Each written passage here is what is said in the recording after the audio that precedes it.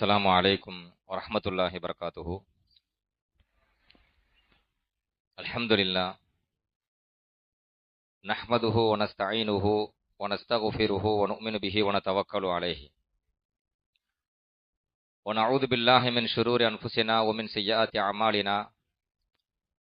من يهده الله فلا مضل له ومن يضلل فلا هادي له. وأشهد أن لا إله إلا الله وحده لا شريك له وأشهد أن سيدنا مولانا محمدا عبده ورسوله. أما بعد، فقد قال الله تعالى في القرآن العظيم وفي القرآن المجيد بعد أعوذ بالله من الشيطان الرجيم بفضل بسم الله الرحمن الرحيم. قال تزرعون 7 سنين دأبا فما حصدتم فذروه في سنبله إلا قليلا مما تأكلون. صدق الله العلي العظيم. وقال نبينا محمد صلى الله عليه وسلم المؤمن كيس فتن حذر وقاف عالم ورع لا يعجل. صدق ரசூலுல்லாஹி ஸல்லல்லாஹு அலைஹி வஸல்லம். எல்லாம் வல்ல அல்லாஹுவின் ரஹ்மத்தும் மக்ஃபிரத்தும் நம் அனைவர் மீது வந்து சேரட்டுமாக. நம் வாழும் காலமெல்லாம் அல்லாஹுக்கும் அல்லாஹுடைய தூதர் இறுதி தூதர் முஹம்மது ரசூலுல்லாஹி ஸல்லல்லாஹு அலைஹி வஸல்லம் அவர்களுக்கும் முழுமையாக கட்டுப்பட்டு வாழ வேண்டும், ஈமானோடும் இறை அச்சத்தோடும் வாழ வேண்டும் என்று ஆரம்பமாக எனக்கும் உங்களுக்கும் வசியத்து செய்கின்றேன். கண்ணியத்திற்குரிய அல்லாஹுவின் நல்லடியார்களே,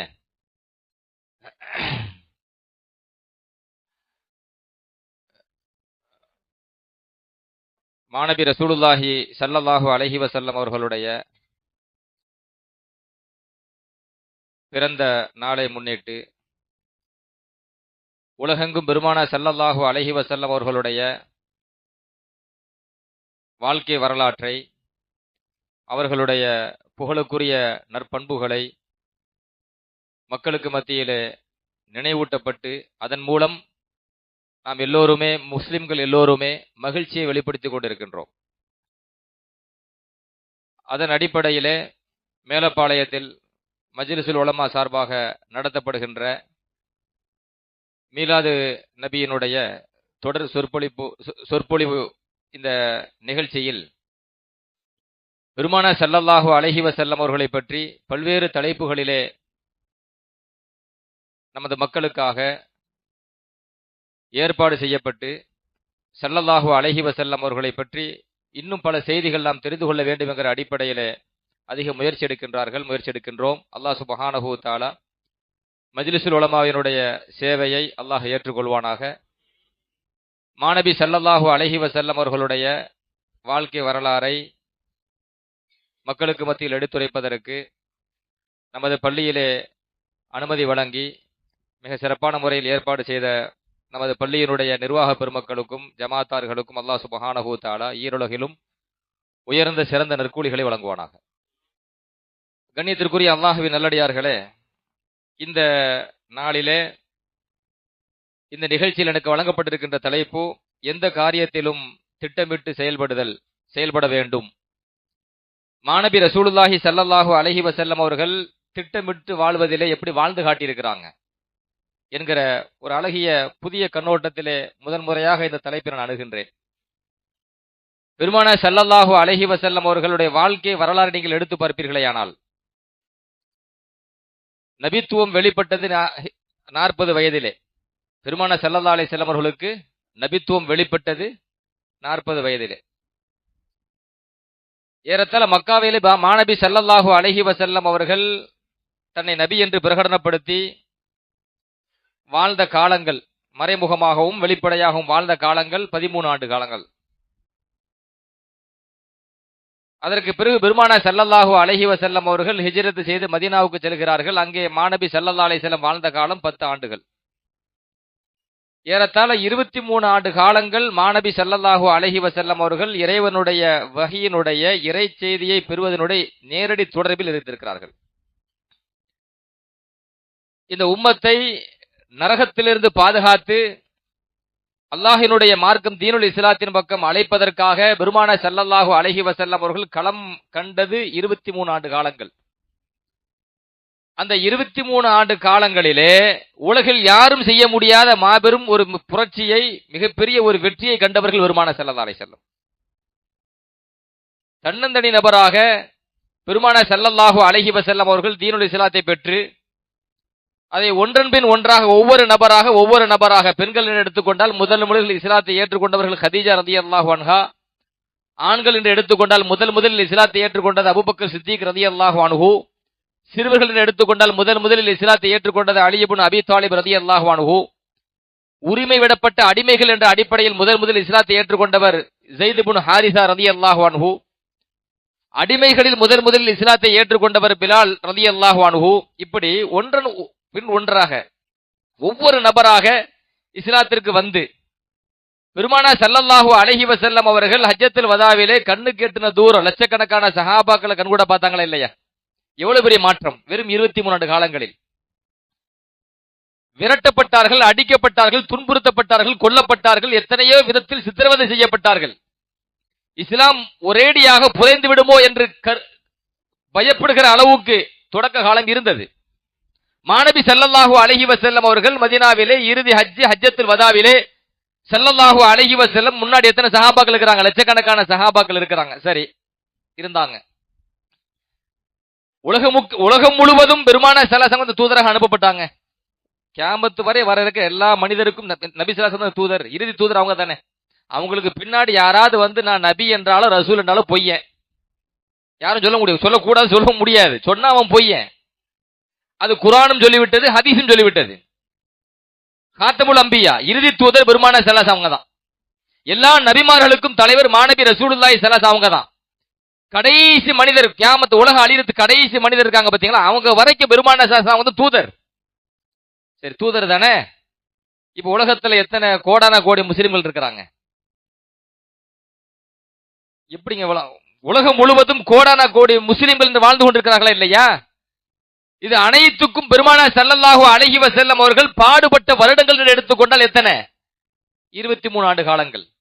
அந்த 23 ஆண்டு காலங்களிலே உலகத்தில் யாரும் செய்ய முடியாத மாபெரும் புரட்சியை, யாரும் கண்டிடாத மிக பெரும் வெற்றியை பெருமானார் ஸல்லல்லாஹு அலைஹி வஸல்லம் அவர்கள் பெற்றார்கள். இந்த உலகத்தில் அந்த வெற்றியை தந்துட்டு போனாங்க. யாராவது வெற்றி பெற்றேன்னு சொல்ல முடியுமா? முழுசான வெற்றி பெற்றேன்னு சொல்ல முடியுமா? அல்லாஹ்வின் தூதர் ஸல்லல்லாஹு அலைஹி வஸல்லம் தவிர யாரும் சொல்ல முடியாது. நான் பல விஷயத்தில் தோத்திருக்கேன்னு தான் சொல்லணும். நான் முயற்சி செய்திருக்கிறேன், அதில் நான் வெற்றி பெற்றதில் குறைவு, தோத்தது அதிகம், அப்படிதான் நம்ம சொல்ல முடியும். ஆனால் பெருமானார் ஸல்லல்லாஹு அலைஹி வஸல்லம் ஹஜ்ஜத்துல் வதாவிலே இறுதி ஹஜ்ஜிலே அத்தனை லட்சக்கணக்கான சஹாபாக்களை முன்னிறுத்தி விட்டு கேட்கிறார்கள், நான் எனக்கு அல்லாஹ் தந்த அந்த பொறுப்பை சரியாக நிறைவேற்றினேனா? சரியாக நிறைவேற்றி விட்டேனா? எல்லா சஹாபாக்கள் என்ன பதில் சொன்னாங்க? ஆமா, சரியா நிறைவேற்றிட்டேன், உங்கள்ட்ட எந்த குறையும் கிடையாது சொன்னாங்களா இல்லையா? உங்க மேல எந்த குறையும் இல்லை, சரியாக நிறைவேற்றினீர்கள்.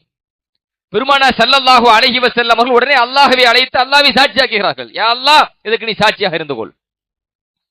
உண்டா இல்லையா? முழுக்க வெற்றி பெற்றவர்கள் மாநபி ஸல்லல்லாஹு அலைஹி வஸல்லம் அவர்கள் தான் எந்த பணிக்காக இந்த உலகத்திற்கு அனுப்பப்பட்டார்களோ அந்த பணியை குறுகிய காலகட்டத்தில் செய்தார்கள் என்றால் எப்படி செய்தார்கள்? எப்படி சாத்தியம்? அதற்கு அடிப்படையில் என்ன கேட்டீங்கன்னா, வாழ்க்கையில் ஒவ்வொரு பணியிலும் ஒவ்வொரு நிலையிலும் நாம் எடுத்து வைக்கிற அடிகளில் திட்டமிடுதல். அந்த திட்டமிடுதல் சரியாக இருக்குமேயானால் எல்லாத்திலும் வெற்றி பெற முடியும். அது சலாசம் வாழ்ந்து காட்டிட்டாங்க. இன்னொரு விஷயத்தை விளங்கிக்கணும். இப்ப திட்டமிடுதல் நம்ம தமிழ்ல சொல்றோம். திட்டமிடுதல் அப்படின்னா என்ன? நம்ம சும்மா திட்டமிடுறோம் சொல்றோமா இல்லையா? திட்டமிடுதல் அப்படின்னா என்ன? நமக்குன்னு ஒரு இலக்கு இருக்கும். அந்த இலக்கை அடைவதற்கான சரியான பாதைகளை தேர்வு செய்வது. இலக்கு அப்படின்னா நாம் எதை அடைய வேண்டும் என்று நினைக்கிறோமோ அந்த நோக்கம், அதுக்கு தான் இலக்கு, குறிக்கோள். தமிழ்ல நிறைய பேர் இருக்கு. இலக்குன்னு சொல்லுவாங்க, குறிக்கோள் சொல்லுவாங்க, லட்சியம், எத்தனை பேர்கள் இருக்கிறது. அப்ப நமது இலக்கை, நமது குறிக்கோளை, நமது லட்சியத்தை அடைவதற்கு என்று பல வழிமுறைகள் இருக்கும். அந்த வழிமுறைகள் முதல்ல என்னன்னு சிந்திக்கணும். சிந்தனைக்கு அதிக வேலை கொடுக்கணும். அதுல எந்த பாதையை தேர்வு செய்தா, எந்த வழியை தேர்வு செய்தா ஆபத்து வரும், அதை சிந்திக்கணும். எந்த வழியை எந்த பாதையை தேர்வு செய்தால் அதில் நாம் எந்த கஷ்டமும் இல்லாமல் அல்லது நம்முடைய அந்த நோக்கத்தில் வெற்றி பெற முடியும், தடைகளை உடைத்து வெற்றி பெற முடியும், சிந்திக்கணும். அந்த பாதைகளை சரியாக தேர்வு செய்யணும். அதற்கான காலத்தையும் நேரத்தையும் முழுமையாக அதுக்கு செலவிடணும். நான் ஒரு விஷயத்தை அடையணும்னு நினைக்கிறேன், பெரிய எண்ணம் இருக்குது, ஆனா அதுக்காக நான் எந்த வழிமுறைகளை தேர்வு செய்யல, வழிமுறைகளை சிந்திக்கல, அதை அடைவதற்காக நான் எந்த முயற்சியும் எடுக்கல, பேசாம இருக்கிறேன் அப்படின்னு சொன்னா அது வெற்றி பெற முடியாது. அப்ப திட்டமிடுதல் என்று சொன்னால் நமது இலக்கை லட்சியத்தை அடைவதற்கான அனைத்து வகையான வழிகள் என்னென்ன இருக்கிறது என்பதை சிந்தித்து ஆராய்ந்து அதில் என்ன பாதிப்புகள் என்பதை முற்கூட்டி தெரிந்து அந்த விஷயங்களில் எச்சரிக்கையாக இருந்து புத்திசாலித்தனமாக நல்ல பாதைகளை தேர்வு செய்து வாழ்றதுக்கு பேரு தாங்க திட்டமிடுதல். இது எல்லாத்தையும் செய்யறோம், செஞ்ச பிறகு நான் தான் என்கிற அந்த நினைப்பு இல்லாம இவ்வளவு நான் செஞ்சாலும் இதை நிறைவேற்றி தருவது அல்லாஹ் தான் என்று அல்லாஹ் மேல நம்பிக்கையும் வைக்கணும். இந்த இரண்டும் இணைகிற பொழுதுதான் வெற்றி. இன்னைக்கு நம்ம என்ன நினைச்சோம், நான் திட்டம் போட்டேன், நான் செஞ்சேன், என்னாலத்தான் அப்படிங்கிற நினைப்பும் வந்துடக்கூடாது. நீங்க நபி ஸல்லல்லாஹு அலைஹி வஸல்லம் வாழ்க்கை வரலாறு எடுத்து பார்ப்பீர்களேயானால் ஒவ்வொரு விஷயத்திலையும் திட்டமிடுதல் இருக்கும். அந்த திட்டமிட்டு செய்யக்கூடிய அத்தனை காரியத்திலையும் அல்லாஹ் மீது தவக்குல் இருக்கும். இந்த இரண்டையும் கற்றுத்தந்துதான் பெருமானார் ரசூலுல்லாஹி ஸல்லல்லாஹு அலைஹி வஸல்லம் அவர்கள் நம்ம விட்டுட்டு போயிருக்கிறாங்க. இப்ப அல்லாஹ் நம்மளை படைச்சிருக்கிறான், ஒரு இலக்கு வேணுமா இல்லையா? இன்னைக்கு நிறைய மக்களுங்க, மாணவர்களா இருக்கட்டும் அல்லது மனிதர்களாக இருக்கட்டும், படிக்காத மற்ற மக்களா இருக்கட்டும், ஏதோ ஒரு இலக்கு வேணும். எந்த இலக்கும் இல்லாமல் பயணிக்கிறாங்க பாத்தீங்களா? ஒரு படிக்கிறவன் அவனுக்கு ஒரு இலக்கு இருந்தாதான் அந்த இலக்கை நோக்கி அவன் பயணிப்பான். இலக்கே இல்லாம படிச்சான்னு வைங்களேன், அவன் எப்படி பாஸ் ஆகுவான்? இன்னைக்கு படிப்புல பல பேர் ஃபெயில் ஆகுறாங்க அப்படின்னு சொன்னா தனக்குன்னு ஒரு இலக்கு வைக்கல, தனக்குன்னு ஒரு குறிக்கோள் லட்சியத்தை வைக்கல. படிப்பு மட்டும் சொல்லல, எந்த துறையாக இருந்தாலும் ஒவ்வொரு மனிதனுக்கும் ஒரு இலக்கு வேணும்.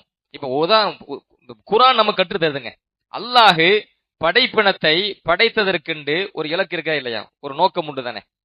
அல்லாஹ் படைப்பினத்தை எதுக்கு படைச்சான்? அது உயிர் உள்ளவையா இருக்கட்டும், உயிரற்றவையா இருக்கட்டும், மனசனா இருக்கட்டும், ஜின்னா இருக்கட்டும், ஏதாவது இருக்கட்டுங்க, அல்லாஹ் படைப்பினத்தை எதுக்கு படைச்சான் அப்படின்னு சொன்னா அவனை வணங்குறதுக்கு தான். நீங்க குர்ஆன்ல பல இடங்கள் நீங்க எடுத்து பார்க்கலாம்.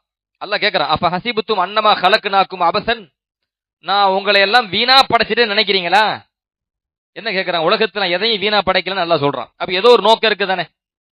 சரி, என்ன நோக்கம்? அல்லாஹ் சுப்ஹானஹு வ தஆலா குர்ஆன்ல சொல்கிறான், துஸப்பிஹு லஹு ஸமாவாத்து ஸப்உ வல் அர்து வமன் ஃபீஹின்ன, 7 வானங்களும் பூமியும் பூமியில் உள்ள அனைத்தும் வானங்களில் உள்ள அனைத்தும் அல்லாஹ்வை தஸ்பீஹ் செய்கின்றன. வ இம் மின் ஷைஇன் இல்லா யுஸப்பிஹு பிஹம்திஹி, உலகத்தில் எந்த செய்யாக இருந்தாலும் அது அல்லாஹ்வை போற்றி புகழ்ந்து தஸ்பீஹ் செய்து கொண்டே இருக்கின்றன. ஆனால் அவர்கள் செய்யக்கூடிய தஸ்பீஹை உங்களால் விளங்க முடியாது. உலகத்தில் எல்லா பொருளுமே அல்லாஹ்வை தஸ்பீஹ் செய்கிறது. அது தஸ்பீஹ் செய்தா இல்லையா உன்னால புரிய முடியாதுன்னு அல்லாஹ் நம்மள்ட்ட பார்த்து சொல்லிட்டான். எனக்கு மரம் தஸ்பீஹ் செய்யறது தெரியலையே, இந்த மண்ணு தஸ்பீஹ் செய்யறது தெரியலையே, கல்லு தஸ்பீஹ் செய்யறது தெரியலையே, எனக்கு கேட்கலையே, எனக்கு புரியலையே அப்படின்னு சொன்னா புரியாதுதான். புரியாதுன்னு யாரே சொல்லிட்டா? படைத்தவனே சொல்லிட்டான். பெருமானார் ஸல்லல்லாஹு அலைஹி வஸல்லம் கையில உணவு சாப்பிட்டு இருக்காங்க, உணவு தஸ்பீஹ் செய்ததை சஹாபாக்கள் கேட்டாங்க. ஆதாரப்பூர்வ ஹதீஸ்ல வருதா இல்லையா? உணவு தஸ்பீஹ் செய்ததை நாங்கள் கேட்டோம் சஹாபாக்கள் சொல்றாங்க, ஆதாரப்பூர்வமான ஹதீஸ். குர்ஆனை எடுத்து பாருங்க, மலைகள், தாவூத் அலைஹிஸ்ஸலாம் அவர்களுக்கு மலைகள் வசப்படுத்தி கொடுக்கப்பட்ட அந்த மலைகள் தஸ்பீஹ் செய்தன. குர்ஆன் சொல்லுதா இல்லையா? உலகில் உள்ள அனைத்தும் தஸ்பீஹ் செய்கிறது, பறவைகள் தஸ்பீஹ் செய்கின்றன. கத அலிம ஸலாத்தஹு வ தஸ்பீஹஹு, உலகத்தில் உள்ள ஒவ்வொரு பொருளுமே அல்லாஹ்வை எப்படி வணங்க வேண்டும், அல்லாஹ்வை எப்படி தஸ்பீஹ் செய்ய வேண்டும் என்று அறிந்து வைத்திருக்கின்றன அல்லாஹ் சொல்றான். அப்ப இந்த வசனத்துல அல்லாஹ் என்ன சொல்றான்னா, உலகில் உள்ள அனைத்தையும் வீணா படைக்கல, ஒரு நோக்கம் இருக்குது, அது பரிபூர்ணமான நோக்கம், அல்லாஹ்வை வணங்குறது.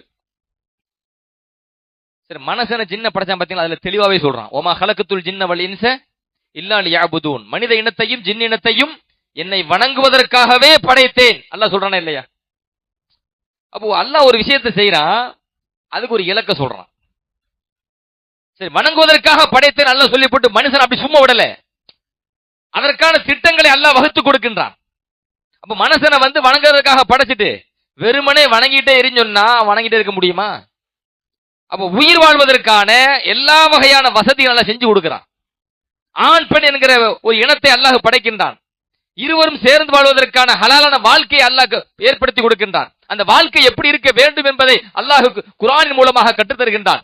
எப்படி வாழ வேண்டும், எப்படி அல்லாஹ்வினுடைய பொருத்தத்தை பெற வேண்டும், எப்படி சொர்க்கத்தை அடைய வேண்டும் என்பதற்கு வழிகாட்டியாக அல்லாஹ் யார் அனுப்பி வைக்கிறான்? தூதர்மார்களை, ரசூல்மார்களை அனுப்பி வைக்கின்றான். திட்டம் வகுக்கிறான் அல்லாஹ். குர்ஆனை எடுத்து பார்க்கலாம். பெருமானார் ரசூலுல்லாஹி ஸல்லல்லாஹு அலைஹி வஸல்லம் அவர்களுக்கு அருளப்பட்ட எத்தனையோ வசனங்கள், அல்லாஹ்வினுடைய அந்த வசனங்கள் நமக்கு கற்றுத் தருகிறது. இது சுன்னத்துல்லாஹ். நீ பல விஷயத்தை விளங்கணும். இந்த திட்டமிடுதல் என்பது அது அல்லாஹ்வினுடைய சுன்னத்திலும் கட்டுப்பட்டது, நடைமுறையில் கட்டுப்பட்டது,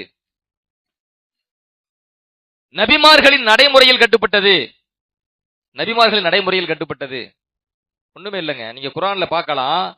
அதாவது ரெண்டு வகையான திட்டமிடுதல் இருக்கு. மார்க்கம் அனுமதித்த ஒரு இலக்கை நாம் தேர்வு செய்து அதை அடைவதற்காக மார்க்கம் அனுமதித்த வழிமுறைகளையும் தேர்வு செய்யணும். இது நல்ல திட்டமிடுதல். இன்னொன்னு இருக்குது, மார்க்கம் அனுமதிக்காத ஒரு தவறான இலக்கை நாம் முடிவு செய்யறது. ஒரு லட்சியத்தை ஒருத்தன் திருடன் முடிவு எடுக்கிறான்.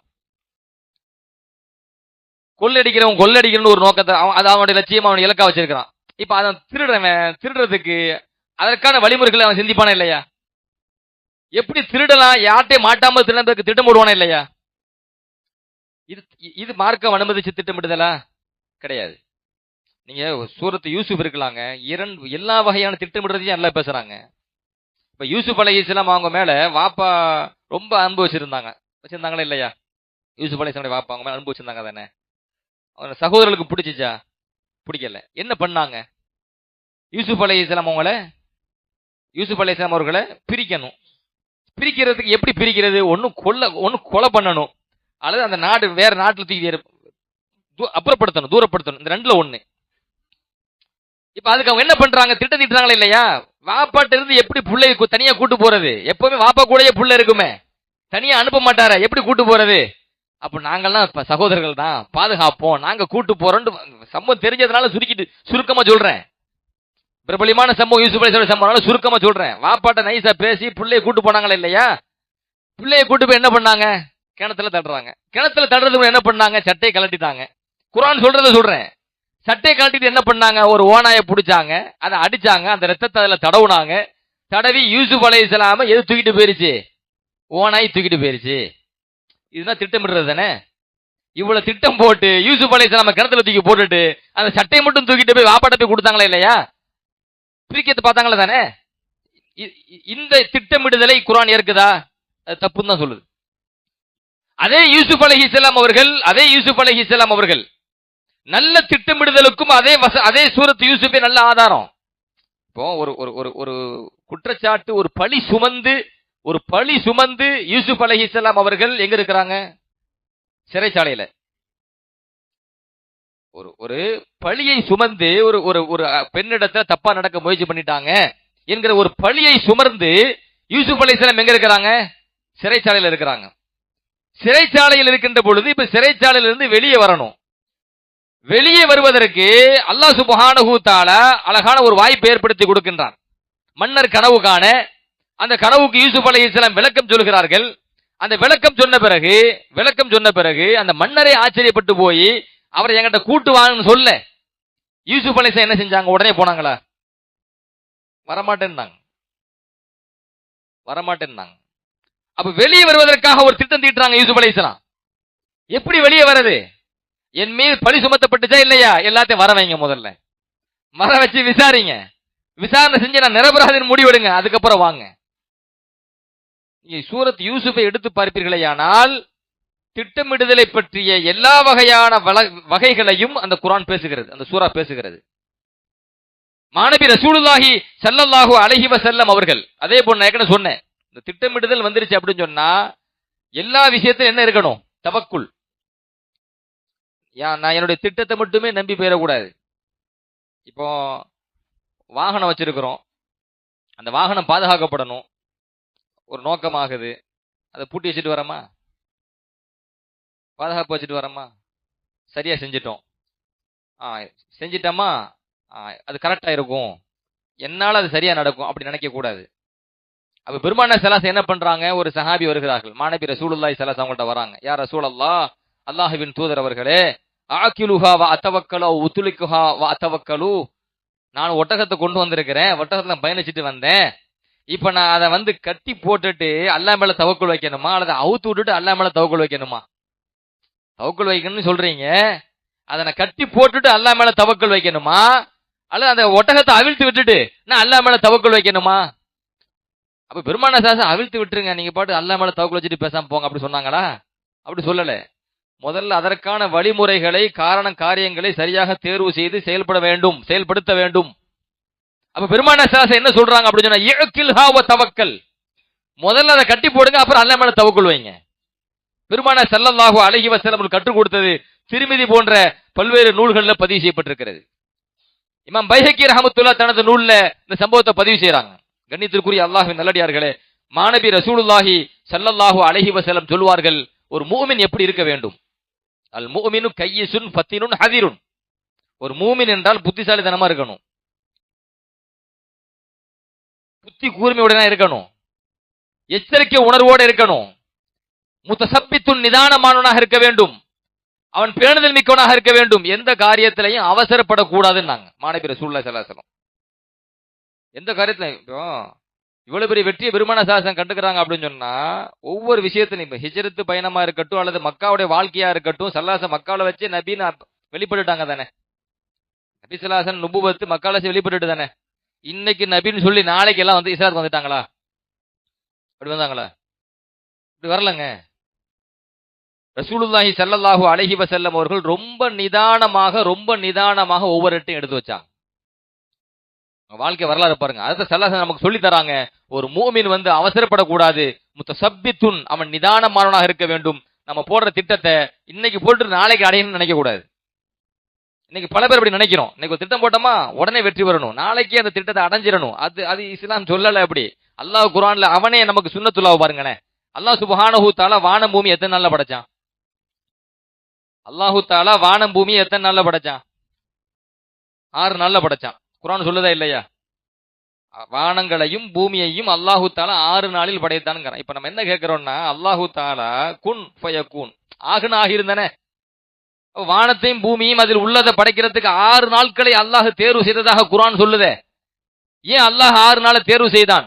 பெரும்பான்மையான முஃபஸ்ஸிர்கள், குர்ஆன் விரிவுரையாளர்கள் நமக்கு என்ன விளக்கம் தருவாங்க தெரியுமா?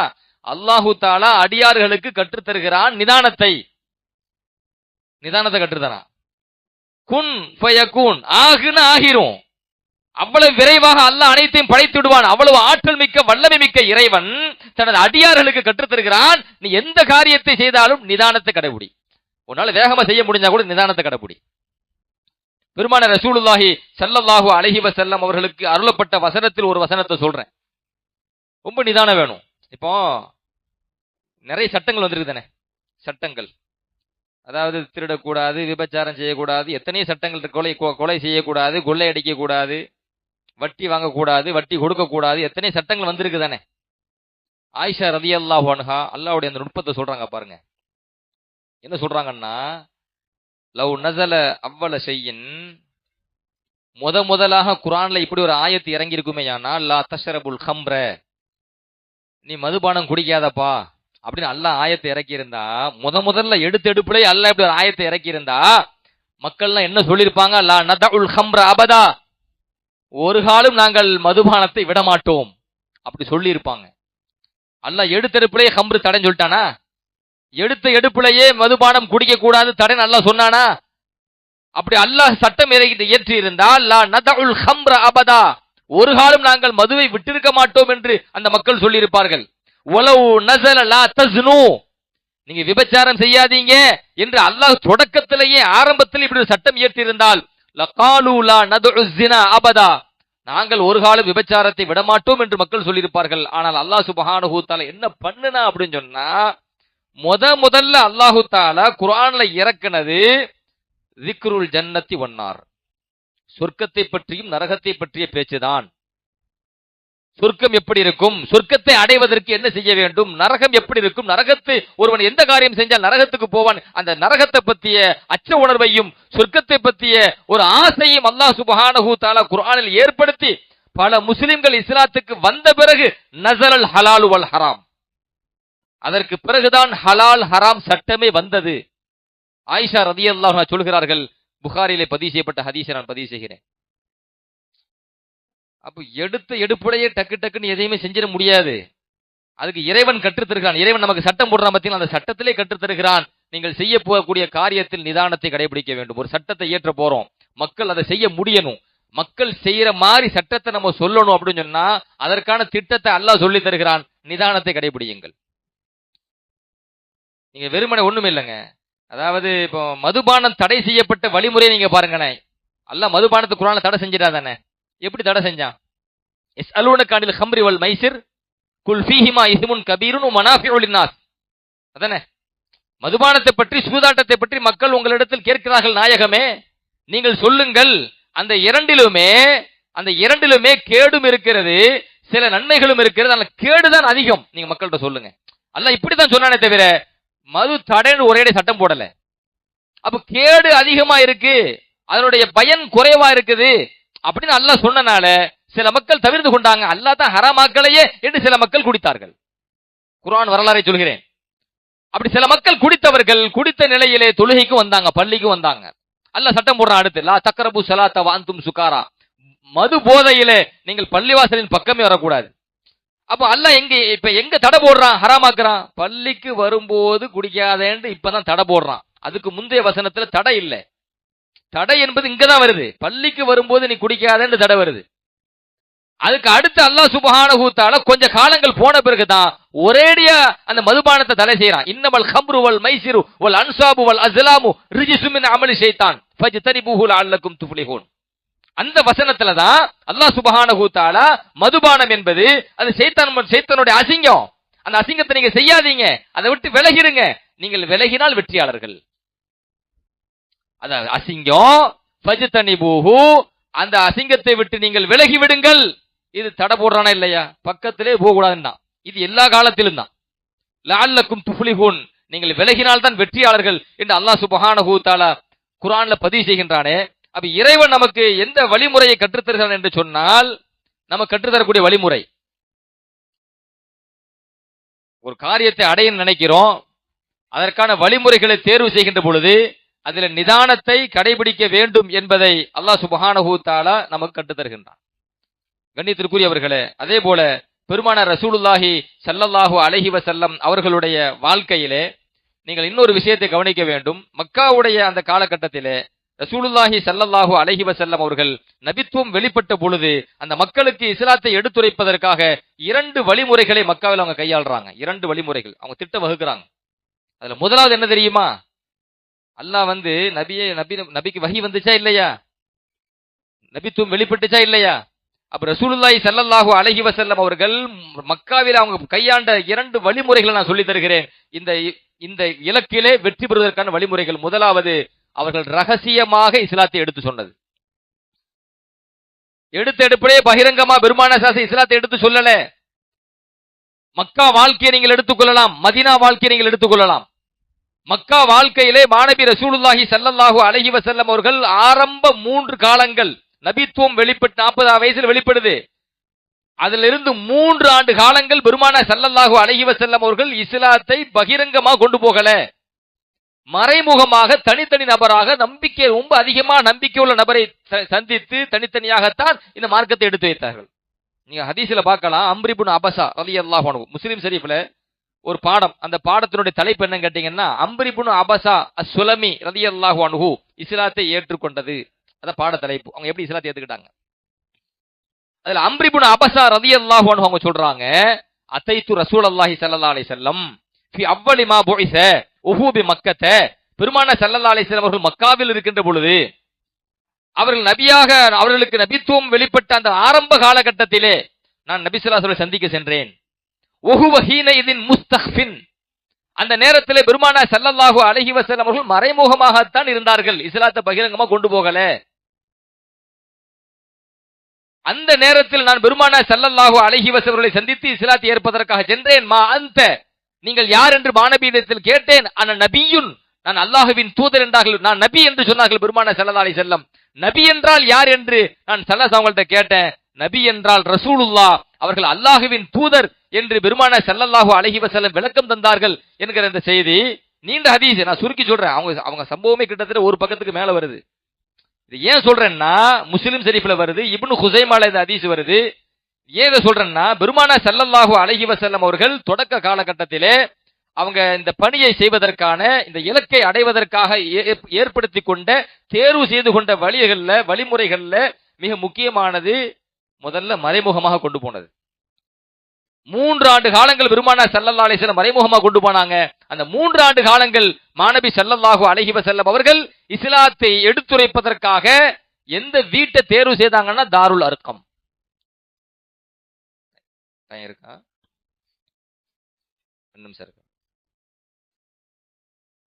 அர்கம் ரலியல்லாஹு அன்ஹு இல்லத்தை பெருமானார் ஸல்லல்லாஹு தேர்வு செஞ்சாங்க. அவங்க வீட்டுல போய் தான் அப்ப ஆரம்ப நேரத்தில் இஸ்லாத்தை ஏற்றுக்கொண்ட அந்த சொற்பமான நபர்கள், ஆரம்பத்தில் சொன்ன அபூபக்கர் ரலியல்லாஹு அன்ஹு, கதீஜா ரலியல்லாஹு அன்ஹா, பிலால் ரலியல்லாஹு அன்ஹு, அலி இப்னு அபி தாலிப் ரலியல்லாஹு அன்ஹு போன்ற அந்த சொற்பமான சஹாபாக்கள் இருக்காங்கல்ல, கொஞ்சம் சஹாபாக்கள். இப்ப இவங்க எல்லாம் தொடக்க அந்த காலகட்டத்துல எங்க போய் நிப்பாங்க அப்படின்னு கேட்டீங்கன்னா, அர்கம் ரலியல்லாஹு அன்ஹு இல்லத்தில் வைத்து தான் இஸ்லாத்தை பத்தி பேசப்படும். அந்த இல்லத்தை பெருமானார் ஸல்லல்லாஹு அலைஹி வஸல்லம் ஏன் தேர்வு செஞ்சாங்க? பல்வேறு காரணங்கள். அதுக்கும் ஸல்லல்லாஹு எப்படி யோசிக்கிறாங்க பாருங்க. என்ன யோசனைனா, அர்கம் ரலியல்லாஹு அன்ஹு அந்த நேரத்துல அவர் சின்ன பையன், சின்ன புள்ள. ரெண்டாவது, அந்த நேரத்துல அவர் இஸ்லாத்தை ஏற்றுக்கொண்டாங்க பாத்தீங்களா, அது யாருக்குமே தெரியாது. எல்லாம் நினைச்சிட்டாங்க அவர் ஒரு காஃபிர் நினைச்சுக்கிட்டாங்க. அதனால அவங்க அதிகமா கண்காணிக்கப்படல. காஃபிர்கள், மக்கத்து காஃபிர்கள் யாருடைய கண்காணிப்புல அதிகமா இல்ல. அர்க்கம் இருக்காங்க பாத்தீங்களா, காஃபிருடைய கண்காணிப்புல கிடையாது.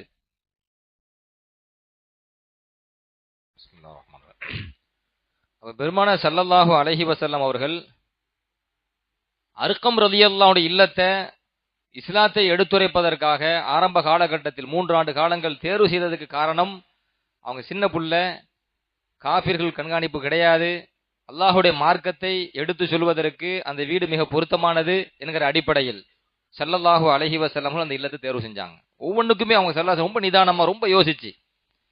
அதே மாதிரி சஃபா மலை இருக்கு பாத்தீங்களா, அந்த மலைக்கு பக்கத்துல தான் அர்கம்லாவோட வீடு. எனவே எல்லோருமே எவ்வளவு தூரத்துல இருந்தாலும் அவங்க அந்த இடத்துல சேர்றதுக்கு இலகுவான ஒரு பாதை, ஈஸியா எல்லாம் ஜாயிண்ட் ஆயிடலாம், எல்லாருமே ஒன்று கூடலாம். அப்ப அதுக்கு தகுந்த மாதிரி ரொம்ப தூரமா போயிட்டா எல்லாராலும் வர முடியாது. அப்படி எல்லாரும் போகும்போது தூரமா போகும்போது கண்காணிப்புக்குள்ள வருவாங்க. அந்த நேரத்துல இஸ்லாத்தை எடுத்துரைப்பதற்கு அவ்வளவு அச்சுறுத்தல் இருந்துச்சு. அப்ப பெருமானார் ஸல்லல்லாஹு அலைஹி வஸல்லம் அவர்கள் மக்கள், சொற்பமான அந்த மக்கள் கூட இலகுவாக போற மாதிரி ஒரு வீடு வேணும். அதே நேரத்துல காபிர்கள் அதிகமாக கண்காணிக்காத இல்லமாவும் இருக்கணும். இஸ்லாத்தை, அல்லாஹ்வுடைய மார்க்கத்தை எடுத்துரைப்பதற்கு ரொம்ப வசதியா இருக்கணும். அதுக்கு என்ன செய்யறது? பெருமானார் ஸல்லல்லாஹு அதுக்கு திட்டம் போடுறாங்க. அர்கம் ரலியல்லாஹு அன்ஹு அவர்களுடைய அந்த இல்லம்தான் இதற்கு மிக பொருத்தமான இல்லம் என்று பெருமானார் ரசூலுல்லாஹி ஸல்லல்லாஹு அலைஹி வஸல்லம் திட்டம் தீட்டுறாங்க. அதே மாதிரி இன்னொரு முக்கியமான விஷயத்தை கவனிக்கணும். மாநபி ரசூலுல்லாஹி ஸல்லல்லாஹு அலைஹி வஸல்லம் இந்த 3 ஆண்டு காலங்கள் மறைமுகமாக அவங்க இஸ்லாத்தை எடுத்து வச்சாங்க பாத்தீங்களா, அந்த 3 ஆண்டு காலங்கள் மறைஞ்சி செய்யறதுக்கு என்ன காரணம்? பிரபல்யமா எல்லாத்துக்கும் தெரிஞ்சது, இஸ்லாத்தை வெறுத்தாங்க அந்த மக்கள். ஏன்னா புதிய கொள்கையா இருக்குது, ஒரு புதிய மார்க்கமா இருக்குது, அது அவங்க கொள்கைக்கு அது முரணா இருக்குது, வெறுத்தாங்க. இப்ப வெறுப்பினுடைய விளைவு என்ன வந்துச்சு? அடித்தல், உதைத்தல், சித்திரவதை செய்தல், கொலை செய்தல், இவெல்லாம் வந்துச்சு. அப்ப நம்ம மக்களையும் பாதுகாக்கணும், இஸ்லாத்தையும் கொண்டு போய் சேர்க்கணும். அல்லாஹ்வினுடைய நபித்துவம், அல்லாஹ் ரிசாலத் தூதுத்துவத்தை கொடுத்தானே இல்லையா, அது மக்கள்கிட்ட போய் சேர்க்கணும் தானே. தீனுல் இஸ்லாத்தை மக்கள்கிட்ட போய் சேர்க்கணும் தானே. அதை சேர்க்கவும் செய்யணும், மக்களை காக்கவும் செய்யணும். இந்த இரண்டுக்குமாக பெருமானார் ஸல்லல்லாஹு அலைஹி வஸல்லம் அந்த 3 ஆண்டு காலங்கள் மறைவா இருக்கிறாங்க. ஒண்ணு. இரண்டாவது, அந்த 3 ஆண்டு காலங்களில் பெருமானார் ஸல்லல்லாஹு அலைஹி வஸல்லம் அவர்கள் மறைமுகமாக இஸ்லாத்தை எடுத்துரைத்து இஸ்லாத்திற்கான எண்ணிக்கையை கூட்டுறாங்க. தனியா போய் நின்று சத்தம் போடுறதுக்கும் ஒரு 40 பேர் சேர்ந்து நின்று ஒரு கொள்கையை எடுத்துரைக்கும் போது அதுல ஒரு பலம் வருமா இல்லையா? இப்ப பெருமானார் ஸல்லல்லாஹு அலைஹி வஸல்லம் அவர்கள் மறைமுகமாக அந்த இஸ்லாத்தை எடுத்துரைக்கின்ற பொழுது இஸ்லாமியர்களுடைய, முஸ்லிம்களுடைய எண்ணிக்கையை பலப்படுத்துகிறார்கள், கூட்டுகிறார்கள். மூணாவது, அந்த மக்களுக்கு இன்னொன்றையும் மறைமுகமாக எடுத்துரைக்கிறாங்க. நம்ம இங்கே இருக்க போறது இல்ல, இதை விட பாதுகாப்பான இன்னொரு இடத்துக்கு போக போறோம், நம்ம ஹிஜ்ரத் ஒண்ணு செய்ய இருக்கிறோம். அந்த ஹிஜ்ரத் செஞ்ச பிறகு நமக்கு இந்த மாதிரியான அடக்குமுறை இருக்காது, நம்மளுடைய கை ஓங்கும், நம்ம வெற்றி பெறுவோம், நம்ம சுதந்திரமா இருப்போம், அல்லாஹ்வுடைய மார்க்கத்தை சரியான முறையிலே நம்ம பற்றி பிடித்து வாழ முடியும், அல்லாஹ்வை சுதந்திரமான முறையில் வணங்க முடியும். அதற்கான ஒரு சூழலை, அதற்கான ஒரு இடத்தை நான் தேர்வு செய்ய இருக்கின்றேன். எனவே அது வரைக்கும் பொறுமையா இருங்க. எடுத்தடுப்பு டக்குன்னு ஒரு ஊருக்கு போயிட முடியாது. இப்ப நான் அம்ர் இப்னு அபஸா ரலியல்லாஹு அன்ஹு ஹதீஸ் சொன்னேனா இல்லையா, அதே ஹதீஸ் அதுக்கு சான்றுங்க. இப்ப அவர் மக்கால வச்சு தான் இஸ்லாத்தை ஏத்துக்க வராரு. நபி சாச மக்கால இருந்தாங்க, மறைமுகமத்தா இருந்தாங்க. நான் அப்ப நபியை சந்திக்க போனேன், அல்லாஹ் நீங்க யாருன்னு கேட்ட, அல்லாஹ்வுடைய தூதர் சொன்னாங்க அப்படின்னு இஸ்லாத்தை ஏத்துக்கிட்டாரு. இப்படி இஸ்லாத்தை ஏற்றுக்கொண்ட பிறகு அந்த சஹாபி நானும் உங்க கூட இருந்துறேனேன்னாரு. அப்ப பெருமானார் ஸல்லல்லாஹு அலைஹி வஸல்லம் சொன்னாங்க, கூட இருக்க வேண்டாம், இல்ஹக் பி கௌமிக்கன்னாங்க. இல்ல இல்ல, நீங்க உங்க வீட்டுக்கு போங்க, உங்க சமூகத்தோட சேர்ந்து வாழுங்க. இதா உஹ்பிர்த அன்னி கத் ஹரஜ்து ஃபத்தபிஉனி, நான் இந்த மக்கமா நகரத்தை விட்டு வெளியேறி வேற ஊருக்கு போய் இந்த ஷரியத்தை பலமாக மக்கள்கிட்ட கொண்டு போக போறேன் என்கிற தகவல் உனக்கு கிடைத்தால் அப்ப என்னை பின்பற்றி வா. அப்ப என்ன சொல்றாங்க, அந்த 3 ஆண்டு காலங்கள்ல பெருமானார் ஸல்லல்லாஹு அலைஹி வஸல்லம் நம்ம நிரந்தரமா அங்க இருக்க போறது இல்ல, இங்கே அடிபட்டு உதப்பட்டு கஷ்டப்பட்டு நம்ம உயிரை இழக்க போறது இல்ல, பொருளாதாரத்தை இழக்க போறது இல்ல, நமக்குன்னு ஒரு வெற்றி காலம் உண்டு. அந்த வெற்றியை நோக்கி நான் அந்த இலக்கை நோக்கி நான் பயணிச்சுட்டு இருக்கிறேன், அதற்கான திட்டங்கள் தீட்டிக்கிட்டு இருக்கிறேன், அதற்கான ஒரு இடத்தை தேர்வு செஞ்சிட்டு இருக்கிறேன். அந்த இடத்துக்கு நான் கிளம்பி போன பிறகு இப்பமே நீங்க வந்தீங்கன்னா எல்லா கஷ்டத்தையும் உங்களால தாங்க முடியாது. இல்ஹக் பி கௌமிக்க, உங்க சமூகத்தோட போய் சேர்ந்து வாழுங்க. நான் எப்ப இந்த மக்காவை விட்டு போட்டு வெளியே போறேன், இந்த மார்க்கத்தை வீரியத்தோடு நீங்க பலத்தோடு கொண்டு போய் சேர்க்க போறேன்றது செய்தி உங்களுக்கு கிடைக்குமோ அப்ப என்னை பின்பற்றி வாருங்கள் என்று பெருமானார் ஸல்லல்லாஹு அலைஹி வஸல்லம் சொன்னாங்க. நான் உடனே என் கூட்டத்தில் போய் சேர்ந்துட்டேன். அதுக்கு பிறகு ஜஅல்து அத்தவக்கஉ கபரஹு வ குருஜஹு, ஒவ்வொரு நாளும் எதிர்பார்த்து கொண்டிருந்தேன் நபி ஸல்லல்லாஹு செய்தி என்ன, அவங்க எப்ப மக்கா விட்டு வெளியே போவாங்க, எங்க போவாங்க, ஒவ்வொரு நாளும் எதிர்பார்த்து காத்திருந்தேன். ஒரு சமயம் யஸ்ரிப், அங்கிருந்து ஒரு கூட்டம், ஒரு குழு வந்தது. யஸ்ரிப் அப்படின்னு சொன்னா இப்ப நம்ம மதீனான்னு சொல்றோமா இல்லையா, நபி ஸல்லல்லாஹு அலைஹி மதீனா இருக்கலாங்க, மதீனத்து நபியுடைய மதீனா. அந்த மதீனாவுக்கு ஆரம்ப காலத்துல யஸ்ரிப் உண்டு பேரு. ஸல்லல்லாஹு அலைஹி வஸல்லம் ஹிஜ்ரத் செஞ்சு போன பிறகு மதீனான்னு பேர் மாறி போச்சு. இப்ப அந்த யஸ்ரிப்ங்கிற ஊர்ல இருந்து ஒரு குழு வருகிறது. அந்த குழுவை போய் நான் சந்திக்கிறேன். சந்திச்சு பெருமானார் ஸல்லல்லாஹு அலைஹி வஸல்லம் செய்தியை பற்றி கேட்கிறேன். அப்படி கேட்கின்ற பொழுது அவர் சொல்கிறார், கது ஹரஜ ரசூலுல்லாஹி ஸல்லல்லாஹு அலைஹி வஸல்லம் மக்கத்த இலல் மதீனா, மாநபி ஸல்லல்லாஹு அலைஹி வஸல்லம் மக்கா விட்டு போட்டு மதீனாக்கு வந்துட்டாங்க. அப்ப நான் திரும்ப கேட்கிறேன், ஒக்கத அத்தாஹா, மக்கா விட்டு போட்டு கிளம்பிட்டாங்க, மதீனாவுக்கு உள்ள வந்துட்டாங்களா? உடனே அந்த குழு சொன்னாங்க, ஆமாம் என்று சொன்னார்கள். ஃபர்தஹல்து ஹத்தா அதைதுஹு, உடனே என் குடும்பத்தை விட்டு போட்டு வேகமா நபியை போய் சந்திக்க போயிட்டு நபி கூட போய் தங்கிட்டேன்னாங்க. அம்ர் இப்னு அபஸா ரலியல்லாஹு அன்ஹு. இந்த ஹதீஸ் ஸஹீஹ் இப்னு குஸைமாவிலே பதிவு செய்யப்பட்டிருக்கிறது, முஸ்லிம் ஷரீஃபிலே பதிவு செய்யப்பட்டிருக்கிறது.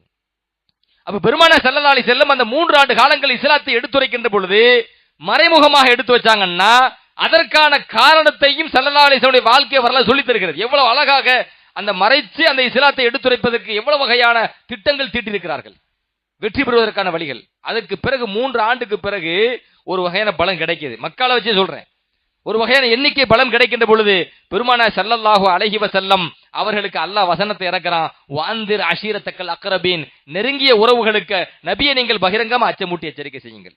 இனிமே நீங்க மறைச்சனா செய்ய வேண்டாம், பகிரங்கமா செய்யுங்கன்னு அல்லாஹ். இன்னொரு வசனத்துல ஃபஸ்தஅ பிமா தூமர் வஅரில் அனில் முஷ்ரிக்கீன், அல்லாஹ் உங்களுக்கு ஏவியதை உடைச்சு பேசுங்க, வெளிப்படையா பேசுங்க, பகிரங்கமா பேசுங்க. இனிமே யாருக்கும் நீங்க மறைச்சு பேச வேண்டாம், முஷ்ரிக்குகளை புறந்தள்ளுங்கள். அல்லாஹ் உங்களுக்கு தந்த இந்த மார்க்கத்தை, அல்லாஹ் உங்களுக்கு தந்த இந்த கட்டளையை பகிரங்கமாக வெளிப்படையாக பேசுங்கள். அல்லாஹ் சட்டம் போடுறான்.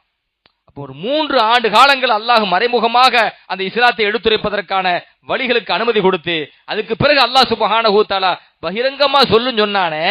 அப்ப பெருமானார் ஸல்லல்லாஹு அலைஹி வஸல்லம் பகிரங்கமா சொல்வதற்கு கூட அவங்க மிக முக்கியமான 2 வழிமுறைகளை கையாண்டார்கள். எப்படி சொல்றது, திடீர்னு போய் எப்படி சொல்றது, மக்கள் நம்ம பேசுறதை கவனிக்கணுமே, மக்களுடைய பார்வையை ஈர்க்கணுமே. அதுக்கு ஸல்லல்லாஹு என்ன திட்டம் தீட்டுறாங்க அப்படின்னு சொன்னா, இந்த சஃபா மலை இருக்குல்ல, அந்த மலைக்கு மேல ஏறுறாங்க பெருமானார் ஸல்லல்லாஹு அலைஹி வஸல்லம். பொதுவா ஒன்று விளங்கிக் கொள்ளுங்கள், அன்றைய காலகட்டத்தில் ஒரு மலைக்கு மேல ஏறி நின்று ஒருவர் சத்தம் போடுறாங்க அப்படின்னு சொன்னா ஏதோ ஒரு பெரிய ஆபத்தை அவங்க உணர்த்துறாங்கன்னு அர்த்தம். அப்ப பெருமானார் ஸல்லல்லாஹு அலைஹி வஸல்லம் அவர்கள் மலைக்கு மேல ஏறி நிற்கிறாங்க. யா சபாஹா, அதிகாலையில் ஏற்படக்கூடிய ஆபத்தேன்னு சத்தம் போடுறாங்க. அப்ப ஏதோ ஒரு ஆபத்து இருக்குன்னு வேகமா மக்கள் ஓடி வராங்க. அப்படி ஓடி வருகிற பொழுது அபூலஹப் உட்பட எல்லாரும் ஓடி வருகிற பொழுது பெருமானார் ஸல்லல்லாஹு அலைஹி வஸல்லம் சொல்றாங்க, அருமை மக்களே, லவ் அக்பர்துக்கும் அன்ன கைலன் பில் வாதி துரீது அன் துகீர அலைக்கும், இந்த பள்ளத்தாக்கிலே இந்த மலைக்கு அப்பால் ஒரு ஒரு குதிரை கூட்டம் எதிரி கூட்டம் நம்மை தாக்குவதற்காக, திடீரென்று தாக்குவதற்காக வேகமாக வருகிறார்கள் என்று உங்களிடம் இப்பொழுது நான் சொன்னால், நான் உண்மையைத்தான் சொல்கிறேன், நீங்கள் ஏற்றுக்கொள்வீர்களா? ஏத்துக்குவீங்களா? எல்லாருமே சொன்னாங்க, ஆமா நீங்க உண்மையாளர், எங்கள் வாழ்க்கையில உங்களிடத்தில் உண்மையைத்தான் நாங்கள் கண்டிருக்கிறோம், வேறு எதையும் கண்டதில்லையே, பொய் பேசியதாக நாங்கள் தெரியவே தெரியாது, அறியவே இல்லையே, என்ன சொன்னாலும் நம்புவோம். அப்போ கவனம் தீர்த்தாங்களா? சும்மா ரோட்ல தெருல போய் நின்று எல்லாரும் வாங்கன்னு யாரும் வரமாட்டாங்க. அப்ப பெருமான அல்லாஹ் சட்டம் போடுறான், நெருங்கிய உறவுகளுக்கு நீங்கள் பகிரங்கமா சொல்லுங்க. அப்ப பெருமான ஸல்லல்லாஹு அலைஹி வஸல்லம் மலைக்கு மேல ஏறி நின்று கவனத்தை ஈர்க்கிறாங்க, மேல நின்று சத்தம் போடுறாங்க. அப்ப ஏதோ ஒரு ஆபத்து எல்லாரும் உணர்ந்து வரும்போது அப்பதான் மாநபி ஸல்லல்லாஹு அலைஹி சொல்றாங்க, நான் இந்த உலகத்துல ஒரு ஆபத்து வருது அப்படின்னு சொன்னா ஏத்துக்குவேன், பாதுகாப்பா இருப்பேன்னு சொல்றீங்களே, நான் தான் சொல்றேன், நீங்க ஷிர்க்ல இருந்தீங்க அப்படின்னு சொன்னா உங்களுக்கு பெரிய ஆபத்து இருக்குது, நரக நெருப்பு இருக்குது. அது பேராபத்தா இல்லையா? நிரந்தர நரகம்ல அது. அந்த வேதனை எப்படி உங்களை பாதுகாக்கிறது? ஒரு கூட்டம் வருது, எதிரி கூட்டம் வருது, உங்களை அழிக்க வருதுன்னு சொன்னா உங்களை தற்காத்துக் கொள்ள நீங்க தயாரா இருக்கிறீங்க. என் பேச்சை நம்பி நீங்க இணைகற்பிப்பில் இருக்கிறீங்க, ஷிர்க்ல இருக்கிறீங்க, குஃபுர்ல இருக்கிறீங்க என்றால் அப்படி மௌத்தா போயிட்டீங்கன்னு சொன்னா இதுக்கு பிறகு ஒரு நரகம் இருக்குது, நிரந்தர நரகம் இருக்குது. அவ்வளவு பெரிய ஆபத்து அது. அந்த ஆபத்தை எச்சரிக்கத்தான் அழைத்தேன் என்று சொன்ன பொழுது அங்குள்ள சில மக்கள் நபியை திட்டினாங்க. சலாசம் பொருட்படுத்தல. பொதுவன் விளங்கிக்கங்க, ஒரு இலக்கை, ஒரு உயர்ந்த உன்னதமான ஒரு இலக்கை அடைந்து அதற்காக திட்டம் தீட்டி பயணிக்கின்ற பொழுது பல ஏச்சுக்கள் வரும், பல பேச்சுக்கள் வரும், பல வசைபாடுகள் வரும். அனைத்தையும் எதிர்த்து இலக்கை அடைவதற்கு முயற்சிக்கணும். சலாசம் கற்றுத்தராங்க. ஏன்னா அபூலஹப் அந்த நேரத்தில் தப்பன்லக அலிஹாதா ஜமாஅத்தனா, நபியை பார்த்து திட்டுறாரு. அபூலஹப், உங்களுக்கு நாசம் உண்டாகட்டும், இதுக்குத்தான் எங்க எல்லாத்தையும் ஒண்ணு கூட்டினீங்களா? இதை சொல்லவா எங்களை கூட்டினீங்க? அபூலஹப் கேட்டான். அப்பதான் அல்லாஹ் அந்த வசனத்தை இறக்குறான், தப்பத் யதா அபீ லஹபின் வ தப், அபூலஹபுடைய இரு கரங்கள் நாசமாகட்டும் என்ற வசனத்தை அல்லாஹ் இறக்குனது அப்பந்தான். நபியை சபிச்சனால அல்லாஹ் அபூலஹபை சபிச்சு வசனத்தை இறக்குறான். கவனிக்க வேண்டியது என்னன்னா, பெருமானார் ஸல்லல்லாஹு அலைஹி வஸல்லம் பகிரங்கமாக மக்களுக்கு மத்தியில இஸ்லாத்தை எடுத்துரைக்க வேண்டும் என்று சொன்ன பொழுது முதல்ல அல்லாஹ் சொன்னது எல்லாத்துக்குமே சொல்லுங்கன்னு சொல்லல, வெளிப்படுத்தணும். மறைச்சு சொன்னீங்க, இப்ப வெளியே கொண்டு வரணும். எப்படி கொண்டு வரது? நெருங்கிய மக்கள், நெருங்கிய உறவுகள்கிட்ட கொண்டு வாங்க முதல்ல. அப்ப மலைக்கு மேல ஏறினாங்களா ஸல்லல்லாஹு, அதுக்கு திட்டம் வகுக்கிறாங்களா கவனத்தை இருக்கிறதுக்கு. அடுத்து பாருங்களேன், இப்னு அப்பாஸ் ரலியல்லாஹு அன்ஹுமா அவங்க ஒரு ஹதீஸ் அறிவிக்கிறாங்க. மாநபி ரசூலுல்லாஹி ஸல்லல்லாஹு அலி இப்னு அபீ தாலிப் அறிவிக்கிறாங்க, பெருமானார் ஸல்லல்லாஹு அலைஹி வஸல்லம் ஒரு சமயம் தங்களுடைய நெருங்கிய உறவுகள், யாரு? அப்துல் முத்தலிபுடைய பிள்ளைகள், அவங்க எல்லாத்தையும் வீட்டுக்கு விருந்து கூப்பிட்டாங்க. விருந்துக்குன்னு போயிருவாங்க தானே, யாருன்னா கூப்பிட்ட போதானே செய்வோம், மார்க்கத்துல ஹராம் கிடையாது, காலங்காலமா அது உண்டு தானே. அப்ப விருந்துக்குன்னு அழைச்ச உடனே அப்துல் முத்தலிபு, நபி ஸல்லல்லாஹு அலைஹி குடும்பம் தான், நெருங்கிய உறவுகள், அப்துல் முத்தலிபுடைய குடும்பத்தார்கள் எல்லா குடும்பத்தாரையும் அழைச்சிட்டாங்க. எல்லாரும் விருந்துக்கு வந்துட்டாங்க. வந்த உடனே பெருமானார் ஸல்லல்லாஹு அலைஹி பாருங்க, ஹதீஸ்ல வருது, வ ஸனஅ லஹும் முத்தம் மின் தஆமின், 2 கைப்பிடி அளவுக்கு ஸல்லல்லாஹு அலைஹி உணவு சமைச்சாங்களாம். 2 கைப்பிடிங்க, 2 கைப்பிடி ஒரு அரிசி அள்ளுங்க, எவ்வளவு வரும்? அந்த எவ்வளோ? அரை, ஆமா அரை கிலோ, 2 கைப்பிடி அள்ளுறோம், சரிங்களா? இதுக்கு எத்தனை பேரை கூப்பிடுறாங்க? ஒரு பெரிய கூட்டத்தையே. அப்துல் முத்தலிபுடைய குடும்பத்தார்கள் அனைத்து, அப்துல் முத்தலிப் குடும்பத்தார்கள் சின்ன குடும்பமா கேட்கிறேன், நபி ஸல்லல்லாஹு குடும்பம் சின்ன குடும்பமா? அது பெரிய குடும்பங்க. அது அப்துல் முத்தலிபுடைய குடும்பத்தார்கள் அனைத்தையும் பெருமானார் ஸல்லல்லாஹு அலைஹி அழைத்தார்கள். வ ஸனஅ லஹும் முத்தம் மின் துஆம், ஒரு முத்து 2 கைப்பிடி அளவு எடுத்து அவங்க உணவு சமைத்தார்கள். ஃபஅகலு, எல்லாருமே வந்து சாப்பிட்டாங்க. கொஞ்சமா சாப்பிடல, ஹத்தா ஷபிஉ, வயிறு நிரம்ப சாப்பிட்டார்கள். சரி, வயிறு நிரம்ப சாப்பிட்டாங்க தானே. அடுத்து ஹதீஸ்ல வருது, ஓ பக்கிய தஆமு கமா ஹுவ, அவங்க சாப்பிட்டாங்க, வயிறு நிரம்ப சாப்பிட்டாங்க. சாப்பிட்டு முடிச்ச பிறகும் முதல்ல சாப்பாடு எப்படி இருந்துச்சு அப்படியே தான் இருந்தது, கொஞ்சம் கூட குறையல. அடுத்து அது கூடுதலா அடியில விளக்குறாங்க, கண்ணகுலம் எமஸ்ங்கிறாங்க, அதாவது சாப்பாட்டுல கையே வைக்காட்ட எப்படி இருக்கும் அந்த மாதிரி இருக்கு சாப்பாடு. கூடுதல் விளக்கம் அடியில தான் சொல்றாங்க.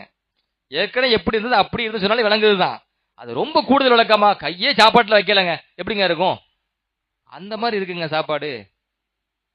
அடுத்து பெருமானார் ஸல்லல்லாஹு அலைஹி வஸல்லம் அவர்கள் சாப்பிட்டு முடிச்சோன்னு குடிபானம் வைக்குமா இல்லையா? பெருமானார் ஸல்லல்லாஹு அலைஹி வஸல்லம் அவர்கள் அவங்களுக்கு குடிபானம் கொடுத்தார்கள். குடிபானம் கொடுத்த உடனே ஃபஷரிபு ஹத்தா ரவவ், அவங்க தாகம் தீரும் அளவுக்கு குடித்தார்கள். குடிச்சிட்டாங்க, கொஞ்சம் தான் ஸல்லல்லாஹு வச்சாங்களாம் குடிபானம். எல்லாரும் ஒரு கூட்டமே குடிக்குதுங்க. ஓ பக்கிய ஷராபு கமா ஹுவ, ஆனா முதல்ல அந்த அந்த குடிபானம் எப்படி இருந்தது அப்படியே இருக்குது மிச்சம். கை தொடாத படாத அளவு மாதிரி. அப்பதான் ரசூலுல்லாஹி ஸல்லல்லாஹு கூப்பிட்டாங்களா, யா பனி அப்துல் முத்தலிபு, அப்துல் முத்தலிபுடைய குடும்பத்தார்களே, இன்னி புஇஸ்து லக்கும் ஹாஸத்தன் வ இலன் நாஸி பிஆமத்தின், நான் உங்களுக்காகவே குறிப்பாக தூதராக அனுப்பப்பட்டிருக்கிறேன், ஒட்டுமொத்த மக்களுக்கும் பொதுவாகவும் தூதராக அனுப்பப்பட்டிருக்கிறேன். அல்லாஹ் உங்கள்ட்ட எடுத்து சொல்ல சொன்னான். கொஞ்ச நேரத்துக்கு முன்னாடி நீங்கள் எல்லோருமே அல்லாஹ்வினுடைய பேர் அற்புதத்தை பார்த்தீர்கள், அத்தாட்சியை பார்த்தீர்கள், சாப்பிட்டீங்க. கொஞ்சம் உணவு தான் வச்சேன், எல்லாம் சாப்பிட்டீங்களா? கொஞ்ச காலம் ஒரு சொம்பு தண்ணி வச்சதுக்கு எல்லாரும் ஒரு கூட்டமே குடிச்சீங்களா? பேர் அற்புதத்தை, அல்லாஹ்வின் அத்தாட்சியை நீங்கள் பார்த்தீர்கள். என்னை ஏற்றுக்கொள்வீர்களா? என் மீது ஈமான் கொள்வீர்களா? என்னிடத்தில் பையத்து செய்கிறீர்களா? இஸ்லாத்தை ஏற்றுக்கொண்டதாக பையத்து செய்கிறீர்களா? இந்த இஸ்லாமிய மார்க்கத்தை எடுத்துரைப்பது எனக்கு தோளுக்கு தோளாக இருந்து உதவியாளராக இருப்பீர்கள் என்று பையத்து செய்கிறீர்களா என்று கேட்ட பொழுது ஃபலம் யக்கும் இலைஹி அஹதுன், யாருமே எஞ்சிக்கலையாம். பையத்து செய்ய வாங்கினாங்க, யாரும் எஞ்சிக்கல. அப்போ ஒருவர் எழுந்திருக்கிறார், ஒரே ஒருவர் எழுந்திருக்கிறார். அது யாரு அப்படின்னு கேட்டீங்கன்னா, இந்த ஹதீஸை அறிவிக்கிற சஹாபி அலி ரலியல்லாஹு அன்ஹு. அவங்க சொல்றாங்க, ஃபகும்து இலைஹி வகுந்து அஸ்கரல் கௌம், அந்த கூட்டத்துல ரொம்ப சின்ன புள்ள நான் தான். பெருமான சாசம் யாராவது வாங்க பையத்து செய்யுங்கன்னு கூப்பிட்ட உடனே நான் தான் எழுந்து ஓடுனேன்னாங்க. 3 முறை பெருமான சாசம் அது போன்று சொன்னார்கள். 3 முறையும் யாரும் எழுந்திருக்கவில்லை. 3 முறையும் நான் தான் எழுந்து சென்றேன் மாநபி ஸல்லல்லாஹு அலைஹி அவர்களிடத்திலே. இந்த ஹதீஸ அலி இப்னு அபி தாலிப் ரலியல்லாஹு அன்ஹு அறிவிக்கிறார்கள். முஸ்னத் அஹ்மது, நசாஇ போன்ற பல்வேறு நூல்களில் இந்த ஹதீஸ் பதிவு செய்யப்பட்டிருக்கிறது. அப்ப பெருமானார் ரசூலுல்லாஹி ஸல்லல்லாஹு அலைஹி வஸல்லம் அவர்கள் அந்த பகிரங்கமா இஸ்லாத்தை எடுத்துரைப்பதற்காக அல்லாஹ் நெருங்கிய உறவுகளுக்கு உத்தரவு போட்டா, அந்த நெருங்கிய உறவுகளுக்கு கூட பெருமானார் ஸல்லல்லாஹு அலைஹி வஸல்லம் எப்படி கொண்டு போய் சேர்க்கிறது? சும்மா போய் கூப்பிட்டா வரமாட்டாங்க, எப்படி சொல்றது? அதுக்கு ஸல்லல்லாஹு திட்டம் வகுத்து சஃபா மலையில போய் நின்று என்ன செய்யறாங்க, கூப்பிட அழைக்கிறாங்க. விருந்து கூப்பிட்டு அவங்க என்ன செய்யறாங்க, கூப்பிட்டு இஸ்லாத்தை எடுத்துரைப்பதற்கு பாடுபடுறாங்க. இப்படி பல்வேறு திட்டங்கள் செய்து கொஞ்சம் கொஞ்சமா இஸ்லாத்தை ஏற்க மக்கள் ஆரம்பித்த பொழுது, பல்வேறு மக்கள் அதை புறக்கணித்த பொழுது, மாநபி ரசூலுல்லாஹி ஸல்லல்லாஹு அலைஹி வஸல்லம் அவர்கள் அடுத்து அவங்க கையாண்ட முறை என்ன அப்படின்னு கேட்டீங்கன்னா, இந்த ஹஜ்ஜுடைய காலகட்டங்கள்ல பெருமானார் ஸல்லல்லாஹு அலைஹி வஸல்லம் அவர்கள் ஹஜ்ஜுடைய காலகட்ட மக்கள் வருவாங்களே இல்லையா, அங்க போய் நின்று கொண்டு மக்களுக்கு இஸ்லாத்தை எடுத்து சொல்லுவாங்க. ஏன்னா பல பகுதிகளில் இருந்து வெளியூர்கள் இருந்து மக்கள் வருவாங்களே இல்லையா, இஸ்லாத்தை எடுத்துரைக்க ஆரம்பிச்சாங்க. வீடு வீடாக சென்று பெருமானார் ஸல்லல்லாஹு அலைஹி வஸல்லம் அவர்கள் இஸ்லாத்தை எடுத்துரைக்க ஆரம்பிச்சாங்க. ஒவ்வொரு கடைவீதி உக்கால், மதீனால மக்கால பிரபலியமான ஒரு கடைவீதி உக்கால், அந்த இடத்துக்கு பெருமானார் ஸல்லல்லாஹு அலைஹி வஸல்லம் போறாங்க. கடைவீதிகளுக்கு மக்கள் நிறைய வருவாங்களே இல்லையா, நம்ம ஒரு இடத்துல நின்று இங்க வாங்கன்னு கூப்பிடுறதுக்கு மக்கள் கூட இடத்தை போய் நின்றலாம்ல. ஸல்லல்லாஹு போட்டு திட்டத்தை பாருங்க, நான் தனியா நின்று இங்க வாங்கன்னு கூப்பிடுறதுக்கு யாரும் வரமாட்டீங்களா? அப்ப நீங்க ஒன்று கூடுறீங்க, அங்க நான் வரேன் பாருங்க. நான் என் வீட்டுல இருந்து இங்க வாங்க வரமாட்டீங்க தானே, நான் உன் வீட்டுக்கு வரேன் என்று பெருமானார் ஸல்லல்லாஹு அலைஹி வஸல்லம் அவர்கள் இல்லம் தேடி சென்றார்கள். வரலாற்றில் பார்க்கிறோம். கடைவீதிகளுக்கு செல்கிற மக்கள் ஒன்று கூடுகிற இடம் கடைவீதி, அங்கே செல்கிறார்கள் பார்க்கிறோம். அதே போன்று காலத்தை தேர்வு செய்யறாங்க. ஹஜ்ஜுடைய காலம் எல்லா காலகட்டத்திலுமே காபத்துல்லாஹ்க்கு மக்கள் கூடுவாங்க ஹஜ்ஜுடைய காலகட்டத்தில். அப்ப அந்த காலகட்டத்தை பெருமானார் ஸல்லல்லாஹு அலைஹி வஸல்லம் தேர்வு செய்கிறார்கள். தேர்வு செய்து யா அய்யுஹன் நாஸ் கூலு லா இலாஹ இல்லல்லாஹ் துஃப்லிஹு, அருமை மக்களே லா இலாஹ இல்லல்லாஹ் சொல்லுங்கள், நீங்கள் வெற்றி பெறுவீர்கள். கல்லடி பட்டாங்க, நெருங்கிய உறவுகளை கல்லால் அடிச்சாங்க. பெருமானார் ஸல்லல்லாஹு அலைஹி வஸல்லம் தூக்கி எறிஞ்சிட்டு போனாங்க கல்லை. ஒரு இலக்கை நோக்கி பயணிக்கிறோம், வசைபாடுதல் வரும், கல்லடி வரும், சொல்லடி வரும், அனைத்தையும் தூக்கி எறிந்து விட்டு இந்த இஸ்லாமிய மார்க்கத்தை, கொள்கையை, நம்மளுடைய திட்டத்தை எப்படி கொண்டு போய் சேர்க்கிறது, இலக்கை எப்படி போய் அடைகிறது, அதற்கு மாநபி ரசூலுல்லாஹி ஸல்லல்லாஹு அலைஹி வஸல்லம் அவர்கள் பாடுபட்டார்கள் என்பதை நாம் பார்க்கிறோம். அதே போல இன்னொரு முக்கியமான செய்தியை நான் சொல்லிடுறேன். பெருமானார் ஸல்லல்லாஹு அலைஹி வஸல்லம் அவர்கள் மக்கால் ரொம்ப கஷ்டப்பட்டாங்க. அல்லாஹ் சுப்ஹானஹு வ தஆலா 10 ஆண்டு காலங்கள் நீங்க கவனிங்க. 3 ஆண்டுகள் மறைமுகமா இஸ்லாத்தை எடுத்துரைக்கும் போது அவ்வளவு அடி போட கிடையாது, பல பேருக்கு தெரியாது. அதுக்கு பிறகு 10 வருஷம், 13 வருஷம் மக்கள் இருந்தாங்கல்ல, அந்த 10 வருடங்கள் எவ்வளவு பாடுபட்டாங்க நபி ஸல்லல்லாஹு உட்பட. நான் இப்ப சொன்ன பாத்தீங்களா, ஒரு மஜன்னா, அதாவது ஒரு நீர் ஏரியா, அது நீர் ஏரியாவுக்கு மக்கள் வருவாங்க தானே, அதிகமா தண்ணி வேணும்ல, அங்க போய் சொல்லுவாங்க. ஜுல் மஜாஸ் கடைவீதி பேரு, உக்கால் கடைவீதி பேரு, அங்க எல்லாம் பெருமானார் ஸல்லல்லாஹு அலைஹி வஸல்லம் அவர்கள் இஸ்லாத்தை எடுத்துரைக்கின்ற பொழுது அந்த நேரத்துல பெருமானார் ஸல்லல்லாஹு அலைஹி வஸல்லம் அவர்கள் இந்த குதிங்கால் இருக்குல்ல, இந்த பின்னாடி ஒரு நரம் மாதிரி போதா, அதுல நபி அந்த அபூலஹபு இந்த கல் எடுத்து அடிப்பான், அதுல பட்டு ரத்தம் வழிஞ்சு ஓடும். எவ்வளவு வேதனை பெருமான சாசம் அனுபவிச்சிருப்பாங்க. நான் என்ன சொல்றேன்னா, சஹாபாக்கள் மட்டும் கஷ்டப்பட்ட மாதிரி நினைச்சிடக்கூடாது. நபி ஸல்லல்லாஹு அலைஹி வஸல்லம் உட்பட வேதனைகள் அனுபவித்திருக்கிறார்கள், கஷ்டங்கள் அனுபவித்திருக்கிறார்கள். முகத்துல காரி துப்பி இருக்கிறாங்க. ஹதீஸ் வருது, வரலாற்றுல வருது. முகத்துல காரி, நம்மள துப்புனா சும்மா விடுவோமா? முகத்துல காரி துப்புனா அப்படி திரும்ப வருவாங்க பெருமான ஸல்லல்லாஹு அலைஹி வஸல்லம். அவங்க மகளார் அதை கழுவி விடுவாங்களாம், அழுதுகிட்டே கழுவி விடுவாங்க. அப்போ இலக்க அடையணும் முடிவாயிருச்சு, அதுக்காக திட்டம் வகுத்தாச்சு, அதை அடைவதற்கான எல்லா முயற்சிகளும் செஞ்சுக்கிட்டு இருக்கிறோம். அப்படி செஞ்சுட்டு இருக்கும்போது எவ்வளவு இன்னல்கள், எவ்வளவு துன்பங்கள், எவ்வளவு தடைகள் என்ன வந்தாலும் கூட அது அனைத்தையும் சகித்து கொண்டு இலக்கை நோக்கி பயணிக்கின்ற பொழுதுதான், திட்டம் வகுத்து பயணிக்கின்ற பொழுதுதான் அதில் வெற்றி பெற முடியும் என்பதை பெருமானார் ஸல்லல்லாஹு அலைஹி வஸல்லம் அவர்கள் காட்டினார்கள் என்பது மட்டுமல்ல, மாநபி ஸல்லல்லாஹு அலைஹி வஸல்லம் அவர்கள் ஹிஜ்ரத் பயணத்துக்கு போனாங்க பாத்தீங்களா? இப்ப மதீனாக்கு போனாங்கல்ல, மதீனாக்கு போறதுக்கு முன்னாடியே சலாச அழகான 2 வழிமுறை கையாண்டாங்க. நீங்க கேள்வி, அக்கபா உடன்படிக்கை கேள்விப்பட்டிருக்கீங்களா? அக்கபா உடன்படிக்கை 2 முறை நடந்துச்சு. அக்கபா உடன்படிக்கை, அல் அக்கபத்துல் ஊலா, அல் அக்கபத்து சானியான்னு சொல்லுவாங்க. முதலாம் அக்கபா உடன்படிக்கை, 2ஆம் அக்கபா உடன்படிக்கை. அப்படின்னு என்ன தெரியுமா? மக்கால அக்கபான்னு ஒரு ஏரியாங்க, ஒரு பகுதி, ஒரு இடம், ஒரு இடத்துக்கு பேர் அக்கபா. சரிங்களா? சல்லாசி இஸ்லாத்தை எடுத்து வச்சாங்கல்ல, மக்கள் பல பேர் ஏத்துக்கல தானே.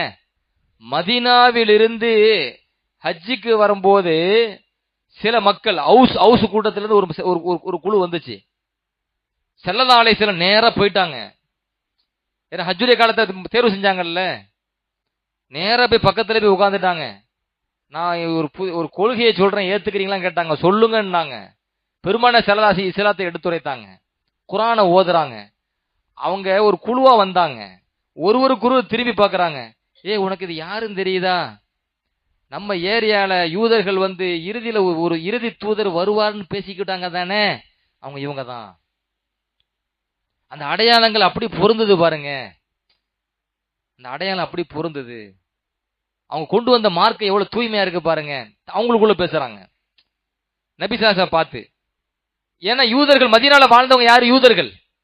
அந்த யூதர்கள் வந்து நபி ஸல்லல்லாஹு அலைஹி அங்க அடையாளங்கள் அனைத்து வேதத்தில் சொல்லப்பட்டனால இறுதி தூதரை பத்தி, அடையாளங்களை பத்தி அவங்க பேசி இருக்கிறாங்க. அதை கேள்விப்பட்ட அந்த மதீனத்தில் உள்ள வந்த ஹவுஸ் கூட்டத்தார்கள் பெருமானார் ஸல்லல்லாஹு அலைஹி பார்த்து அவங்க இஸ்லாத்தை எடுத்துரைக்கின்ற பொழுது அவங்களுடைய முக பாவனை, பேச்சு, அடையாளங்கள், கொள்கை அனைத்தையும் கேட்டு இவங்க யாருன்னு தெரியுதா? இவங்க தான் இறுதி தூதர் முகமது ஸல்லல்லாஹு அலைஹி வஸல்லம். இஸ்லாத்தை ஏத்துக்கிட்டு வந்துட்டாங்க. வெற்றி தானே, கிடைச்சு போச்சா வெற்றி? எங்க உள்ளுக்குள்ள கிடைச்ச வெற்றியை விட வெளியில கிடைக்கிற வெற்றி பெரிய வெற்றி. பெருமானார் ஸல்லல்லாஹு அலைஹி வஸல்லம் அவர்களை மதீனாவிலே ஒரு குழு ஏற்றுக்கொண்டுச்சா, உடனே மாநபி ஸல்லல்லாஹு அலைஹி வஸல்லம் என்ன பண்ணாங்க தெரியுமா? உங்க பகுதியில் இந்த இஸ்லாத்தை கொண்டு போங்கன்னாங்க. முஸஅப் இப்னு உமைர் ரலியல்லாஹு அன்ஹு சஹாபியை தேர்வு செய்றாங்க, இங்க வா இவங்க கூட போங்கன்னாங்க. முஸஅப் இப்னு உமைர் ரலியல்லாஹு அன்ஹு அந்த குழுவோட மதீனாவுக்கு போனாங்க. மதீனாவுக்கு எதுக்கு போனாங்க தெரியுமா? 2 விஷயத்திற்காக வேண்டி. ஒன்று இஸ்லாத்தினுடைய ஷரியத் சட்டத்தை போதிப்பதற்காக, இன்னொன்று குர்ஆனை ஓத கத்துக் கொடுப்பதற்காக. அதுவரைக்கும் வந்த வசனங்களை குர்ஆனை இப்ப என்ன நடக்குது? மதீனாவிலே பெருமானார் ஸல்லல்லாஹு அலைஹி வஸல்லம் ஒரு புரட்சி ஏற்படுத்திட்டு இருக்காங்க. எங்க இருந்துகிட்டே? மக்கால இருந்துகிட்டே. இப்ப பெருமானார் ஸல்லல்லாஹு அலைஹி வஸல்லம் ஏற்கனவே ஒரு திட்டம் போட்டாங்க தானே, நம்ம இந்த ஊரை விட்டு வெளியேறி ஒரு பாதுகாப்பான இடத்தை அடைந்து இஸ்லாத்தை மிக வீரியத்தோடு, மிக சுதந்திரத்தோடு, மிக பலத்தோடு இதை கொண்டு சேர்க்கணும்னு ஸல்லல்லாஹு அலைஹி வஸல்லம் திட்டம் தீட்டுறாங்க தானே. இப்ப அதுக்கு ஒரு இடம் கிடைச்சு போச்சா? வீட்டுக்குள்ள சும்மா இருந்தா கிடைக்குமா? கஷ்டப்பட்டாங்க. இப்ப அந்த கூட்டம் போச்சு பாத்தீங்களா, வரலாற்றில் வருகிறது. அந்த கூட்டம் போனாங்க, அந்த கூட்டம் போய் மக்கள்கிட்ட போய் இஸ்லாத்தை சொன்னாங்க. ஒவ்வொரு வீட்லயுமே, மதீனால ஒவ்வொரு வீட்லயுமே இஸ்லாத்தை ஏற்ற ஒரு கட்டாயம் இருப்பாராம், இங்க நாங்க போறதுக்கு முன்னாடியே. அதுக்கு பிறகுதான் இன்னொரு குழு வருகிறது, 70 பேர் கொண்ட குழு. அந்த குழு பெருமானார் ஸல்லல்லாஹு அலைஹி வஸல்லம் வந்து அதே மாதிரி அக்கபால சந்திக்கிறாங்க. அந்த பள்ளத்தாக்களை சந்திக்கிறாங்க. அக்கபால அந்த இடத்துல மாநபி ஸல்லல்லாஹு அலைஹி வஸல்லம் ரகசியமா போறாங்க.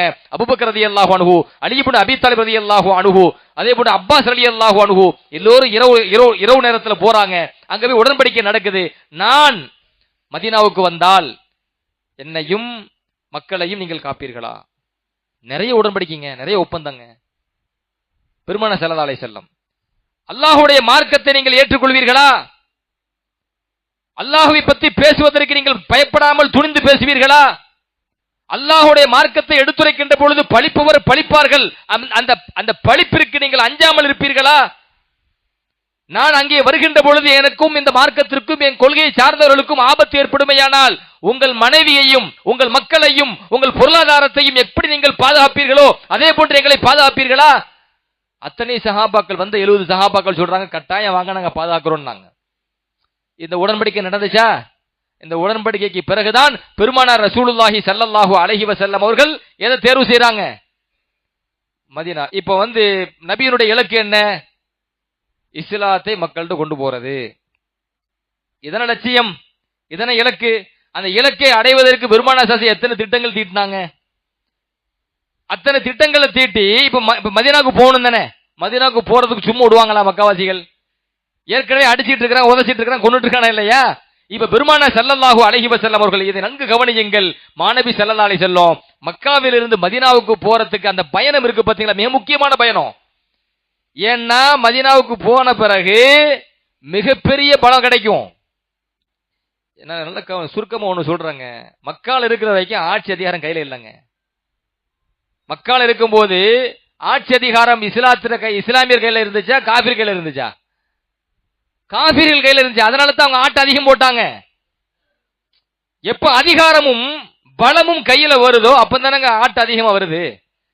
இப்ப பெருமானார் ஸல்லல்லாஹு அலைஹி வஸல்லம் மக்காவில் இருந்து அந்த 13 ஆண்டு காலங்கள்ல காபிர்களிடத்துல ஆட்சி அதிகாரம்.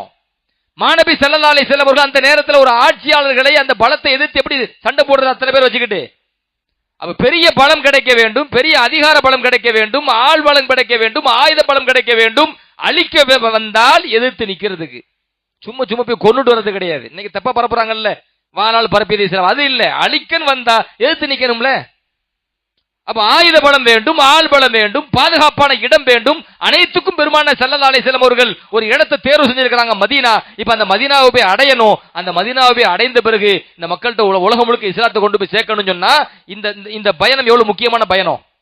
அந்த பயணத்தில் பெருமானார் ஸல்லல்லாஹு அலைஹி வஸல்லம் செஞ்ச திட்டங்கள் இருக்கு பாத்தீங்களா. அந்த பயணத்தை அடைவதற்கு, அந்த இலக்கை அடைவதற்கு ஸல்லல்லாஹு அலைஹி வஸல்லம் நிறைய திட்டங்கள். அதுல முக்கியமான சில செய்திகளை சொல்றேன். ஸல்லல்லாஹு அலைஹி வஸல்லம் நைட்டு எப்பவுமே அவங்க பெட்ல தானே படுப்பாங்க. அன்னைக்கு நைட்டு ஸல்லல்லாஹு எங்க படுக்கல? தன்னுடைய பெட்ல படுக்கல. அந்த இடத்துல யார படுக்க வச்சாங்க? அலி இப்னு அபி தாலிப் ரலியல்லாஹு அன்ஹு. அவங்க கூப்பிட்டாங்க, வாங்க என் பெட்ல இன்னைக்கு நைட் நீங்க படுக்கணும். எதுக்கு தெரியுமா? மக்கத்து காபிர்கள் நபி ஸல்லல்லாஹு அலைஹி வஸல்லம் கொலை செய்யறதுக்கு திட்டம் போட்டாங்க. குர்ஆன் சொல்லுதுங்க, கொலை செய்யறதுக்கு திட்டம் போட்டாங்க. அப்ப திட்டம் போடும்போது மாநபி ரசூலுல்லாஹி ஸல்லல்லாஹு அலைஹி வஸல்லம் அவங்க தன்னுடைய இடத்துல யாரை படுக்க வைக்கிறாங்க? அலி இப்னு அபி தாலிப் அவங்க படுக்க வச்சுட்டு சொன்னாங்க, அதாவது தனக்கு போய் இன்னொரு நாள் மாட்டி விட்டு போறது நினைக்கிற கூடாது. என்ன தனக்கு போற இன்னொரு நாள் மாட்டி விடுறாங்க அப்படி நினைக்க கூடாது. ஸல்லல்லாஹு சொல்லிட்டு போனாங்க, நீங்க பாதுகாப்பா மதீனாவுக்கு வருவீங்கன்னாங்க. அலில சொல்லுவாங்களா, நான் எப்பவுமே தூங்கும் போது ஒரு உலகத்துல நம்ம தூங்குனா உயிரோட முழிப்போண்டு கேரண்டி இருக்கா? கேரண்டி இருக்கா? கிடையாது.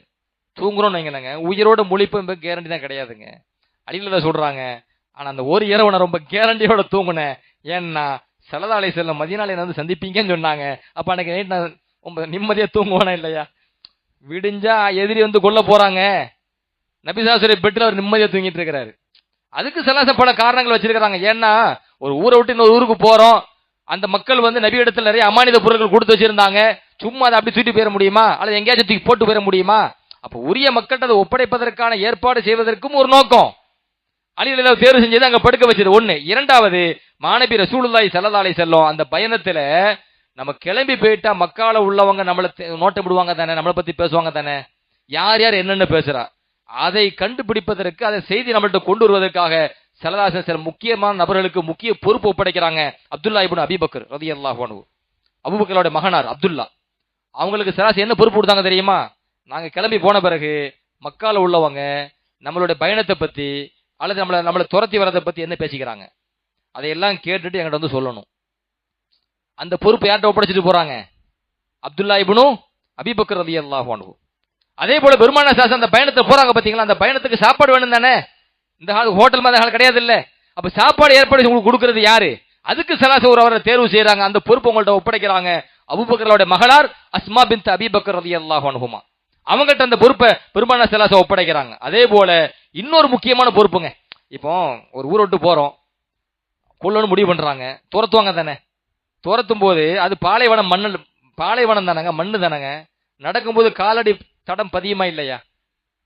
கண்டுபிடிச்சு வருவாங்க தானே. ஸல்லல்லாஹு அழகான ஒரு தேர்வு செஞ்சாங்க.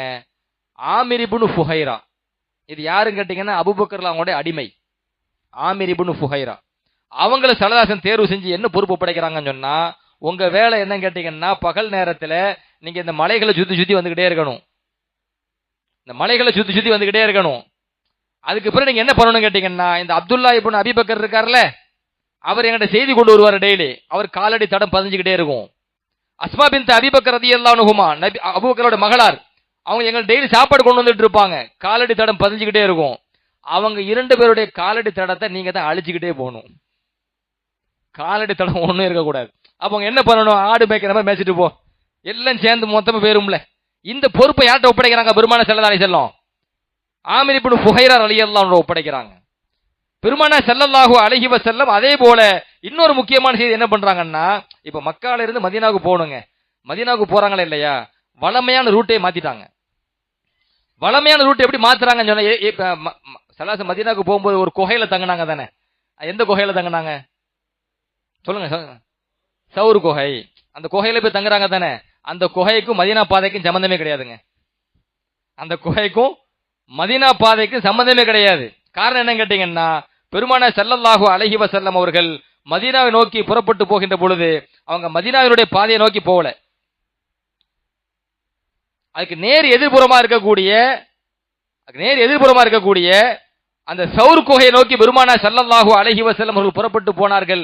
புறப்பட்டு போய் ஸல்லல்லாஹு அலைஹி வஸல்லம் அவர்கள் அங்க போய் தங்குறாங்க. மக்காவினுடைய தெற்கு பக்கத்துல சவுர் குகை இருக்குது. அந்த பாதைக்கும் மதீனாவுக்கும் சம்பந்தம் இல்லை. பெருமானார் அங்க போறாங்க. அங்க போய் ஏறத்தாழ 3 நாட்கள் மாநபி ரசூலுல்லாஹி ஸல்லல்லாஹு அலைஹி வஸல்லம் தங்குறாங்க. 3 நாட்கள் பெருமானார் தங்குறாங்க பாத்தீங்களா. அந்த 3 நாள் தங்கினதும் கூட இப்ப எதிரி முதல்ல மதீனா பாதைக்கு தான் போவான்.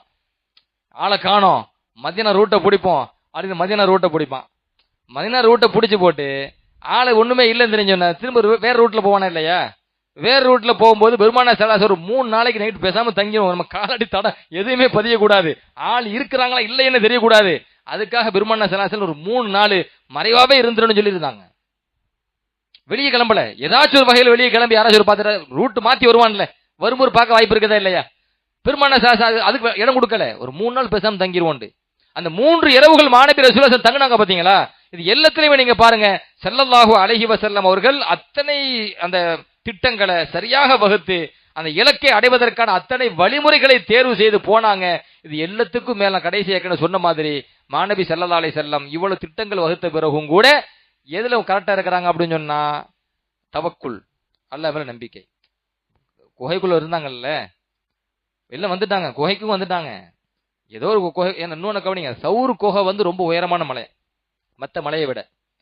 2வது அது ரொம்ப கரடு முரடா இருக்குமா, ரொம்ப கரடு முரடா. 3வதுக்குள்ள பல குகைகள் இருக்குமா. அதுல ஒரு குகைக்குள்ள யார் உட்கார்ந்து இருக்கிறா? பெருமானார் ஸல்லல்லாஹு அவங்களும் அபூபக்கர் அனுபவம். அது எப்படின்னு கேட்டீங்கன்னா கீழ்வதியா இருக்குமா. ஒரு ஆள் நிக்கிறாரு, நின்று குனிஞ்சு பார்த்தா உள்ள இருக்கிறது தெரியும். அந்த மாதிரி சின்ன ஓட்டை தான், குகைனா ஒரு ஓட்டை தான், மலைக்குள்ள ஒரு ஓட்டை தானங்க. அபூபக்கர் ரலியல்லாஹு அன்ஹு அவங்க சொல்றாங்க, நான் நபி ஸல்லல்லாஹு அலைஹி வஸல்லம் அந்த குகையில் இருந்தேன். அந்த நேரத்திலே எதிரிகள் வந்தார்கள், அவங்களுடைய பாதத்தை காலை நான் பாக்குறேங்கிறாங்க. காலை பாக்குறேன்னா இருக்கணும், கீழே இருக்கணும், அப்படின்னா கால் தெரியும். தாழ்வான பகுதியில் அந்த குகை இருக்கணும், அப்படின்னா தான் மேல நிக்கிற கால் தெரியும். நான் காலை பார்த்தேன். அப்படி காலை பார்த்த பொழுது நபியிடத்தில் சொன்னேன், யா நபி அல்லாஹ், லவ் அன்ன பஅலஹும் பஸரஹு, அல்லாஹ்வின் தூதர் அவர்களே, இந்த கூட்டத்துல எதிரி கூட்டத்துல எவனாச்சும் ஒருத்தன் தன் பார்வையை கீழே குனிஞ்சு பார்த்துட்டான் அப்படின்னு சொன்னா, ரஆனா, நம்மளை பார்த்துருவானே, நம்மளை கண்டுபிடிச்சிருவானே அப்படின்னு சொன்ன உடனே பெருமானார் ஸல்லல்லாஹு அலைஹி வஸல்லம் சொல்றாங்க, உஸ்குத்தி அபூபக்கர், அபூபக்கர் அவர்களே பேசாம இருங்க. இஸ்னானி, நம்ம 2 பேரா? இஸ்னானி, நம்ம 2 பேரா? அல்லாஹு சாலிசுஹுமா, நம்ம கூட அல்லாஹ் இருக்கிறான். அப்ப அல்லாஹ் மேல நம்பிக்கை இருக்குதா? நம்மளை பாதுகாப்பான். அல்லாஹ் 3வது நபரா இருக்கிறான்னா என்ன அர்த்தம்? அல்லாஹ் நம்மளை பாதுகாப்பான்னு அர்த்தம். அப்ப பெருமானார் ஸல்லல்லாஹு என்ன சொல்றாங்க, நம்ம 2 பேரும் நினைச்சிட்டீங்களா? யா அபூபக்கர் மா லன்னுக யா அபூபக்கர் பிஸ்னைன், அபூபக்கர் அவர்களே நீங்க 2 பேரும் நினைச்சிட்டு இருக்கீங்களா? அல்லாஹு சாலிசுஹுமா, நம்ம 2 பேரை தாண்டி 3வது அல்லாஹ் இருக்கிறான், நமக்கு பாதுகாப்பா இருப்பான் என்று பெருமானார் ஸல்லல்லாஹு அலைஹி வஸல்லம் அவர்கள் அந்த சஹாபாக்கள், அந்த அபூபக்கர் அவங்களுக்கு அந்த தவக்குல் அங்க உணர்த்துறாங்க. அப்ப திட்டங்கள் ஒன்று, இலக்கு ஒன்று, அந்த இலக்கை அடைவதற்கான பாதைகளை தேர்வு செய்யறாங்கம்மா, அந்த திட்டங்கள் ஒன்று. அந்த திட்டங்களை வெற்றிகரமாக முடிப்பதற்கான அந்த முயற்சியிலே பல்வேறு கஷ்டங்கள், சிரமங்கள் வரும். அந்த சிரமங்களை எல்லாம் சகித்து தாண்டி போவது ஒன்று. அப்படி போகின்ற பொழுது இலக்கை அடைகின்ற அந்த நேரத்திலே நான் என்னால் தான் நடந்தது என்ற எண்ணம் இல்லாமல், என்னால் தான் நடந்தது, என் முயற்சியால் தான் நடந்தது, என் கஷ்டத்தால் தான் நடந்தது என்கிற அந்த எண்ணம் இல்லாமல், எல்லாத்துக்கு மேல யாருடைய உதவியால் நடந்தது? அல்லாஹ்வினுடைய மாபெரும் உதவியால் நடந்தது என்கிற அந்த உணர்வையும் இந்த திட்டத்தில் இணைக்கின்ற பொழுதுதான் அந்த திட்டம் வெற்றி பெறும் என்பதை பெருமானார் ஸல்லல்லாஹு அலைஹி வஸல்லம் அவருடைய வாழ்க்கை நமக்கு கற்றுத்தருகிறது. எத்தனையோ விஷயங்கள் மாநபி ஸல்லல்லாஹு அலைஹி வாழ்க்கை முழுவதும், மௌத்துவர் மரணம் வரை பெருமானார் ஸல்லல்லாஹு அலைஹி வாழ்க்கை முழுவதுமே ஒவ்வொரு அடியிலும் ஒவ்வொரு செயலிலும் இந்த உம்மத்திற்கு இலக்கை நிர்ணயிப்பதற்கு வழிகாட்டி இருக்கிறார்கள். அந்த இலக்கு கண்ணியமானதாக, உயர்வானதாக இருக்க வேண்டும் என்பதற்கு வழிகாட்டி இருக்கிறார்கள். அந்த இலக்கை அடைவதற்கான பாதைகளை எப்படி தேர்வு செய்ய வேண்டும் என்பதற்கு வழிகாட்டி இருக்கிறார்கள். அவ்வாறு தேர்வு செய்து அந்த இலக்கை நாம் அடைவதற்கு முயற்சி செய்கின்ற பொழுது என்னென்ன கஷ்டங்கள் வந்தாலும் அந்த கஷ்டங்களை தகர்த்து நாம் முயற்சியை அடைவதற்கு முயற்சிக்க வேண்டும் என்பதை பெருமானார் ஸல்லல்லாஹு கற்று தந்திருக்கிறார்கள். மாத்திரமல்ல, அல்லாஹ் மேல் நம்பிக்கை நமக்கு கற்றுத்தந்து அழகிய முன்மாதிரியான ஒரு வாழ்க்கையை ஸல்லல்லாஹு அலைஹி வஸல்லம் வாழ்ந்து காட்டியிருக்கிறார்கள். அல்லாஹ் சுப்ஹானஹு தஆலா பெருமானார் ரசூலுல்லாஹி ஸல்லல்லாஹு அலைஹி வஸல்லம் அவர்களுடைய வாழ்க்கையை, அவங்களுடைய வழிகாட்டுதலை முழுமையாக விளங்கி அதன் பிரகாரம் வாழக்கூடிய நல்ல நசீபை நம் எல்லோருக்கும் அல்லாஹ் வழங்குவானாக. அல்லாஹும் அல்லாஹுடைய தூதரும் எவ்வாறு வாழ வேண்டும் என்று உத்தரவிட்டார்களோ, விரும்பினார்களோ அவ்வாறு வாழக்கூடிய நல்ல நசீபையும், அல்லாஹும் அல்லாஹுடைய தூதரும் எந்தெந்த காரியங்களை தடுத்தார்களோ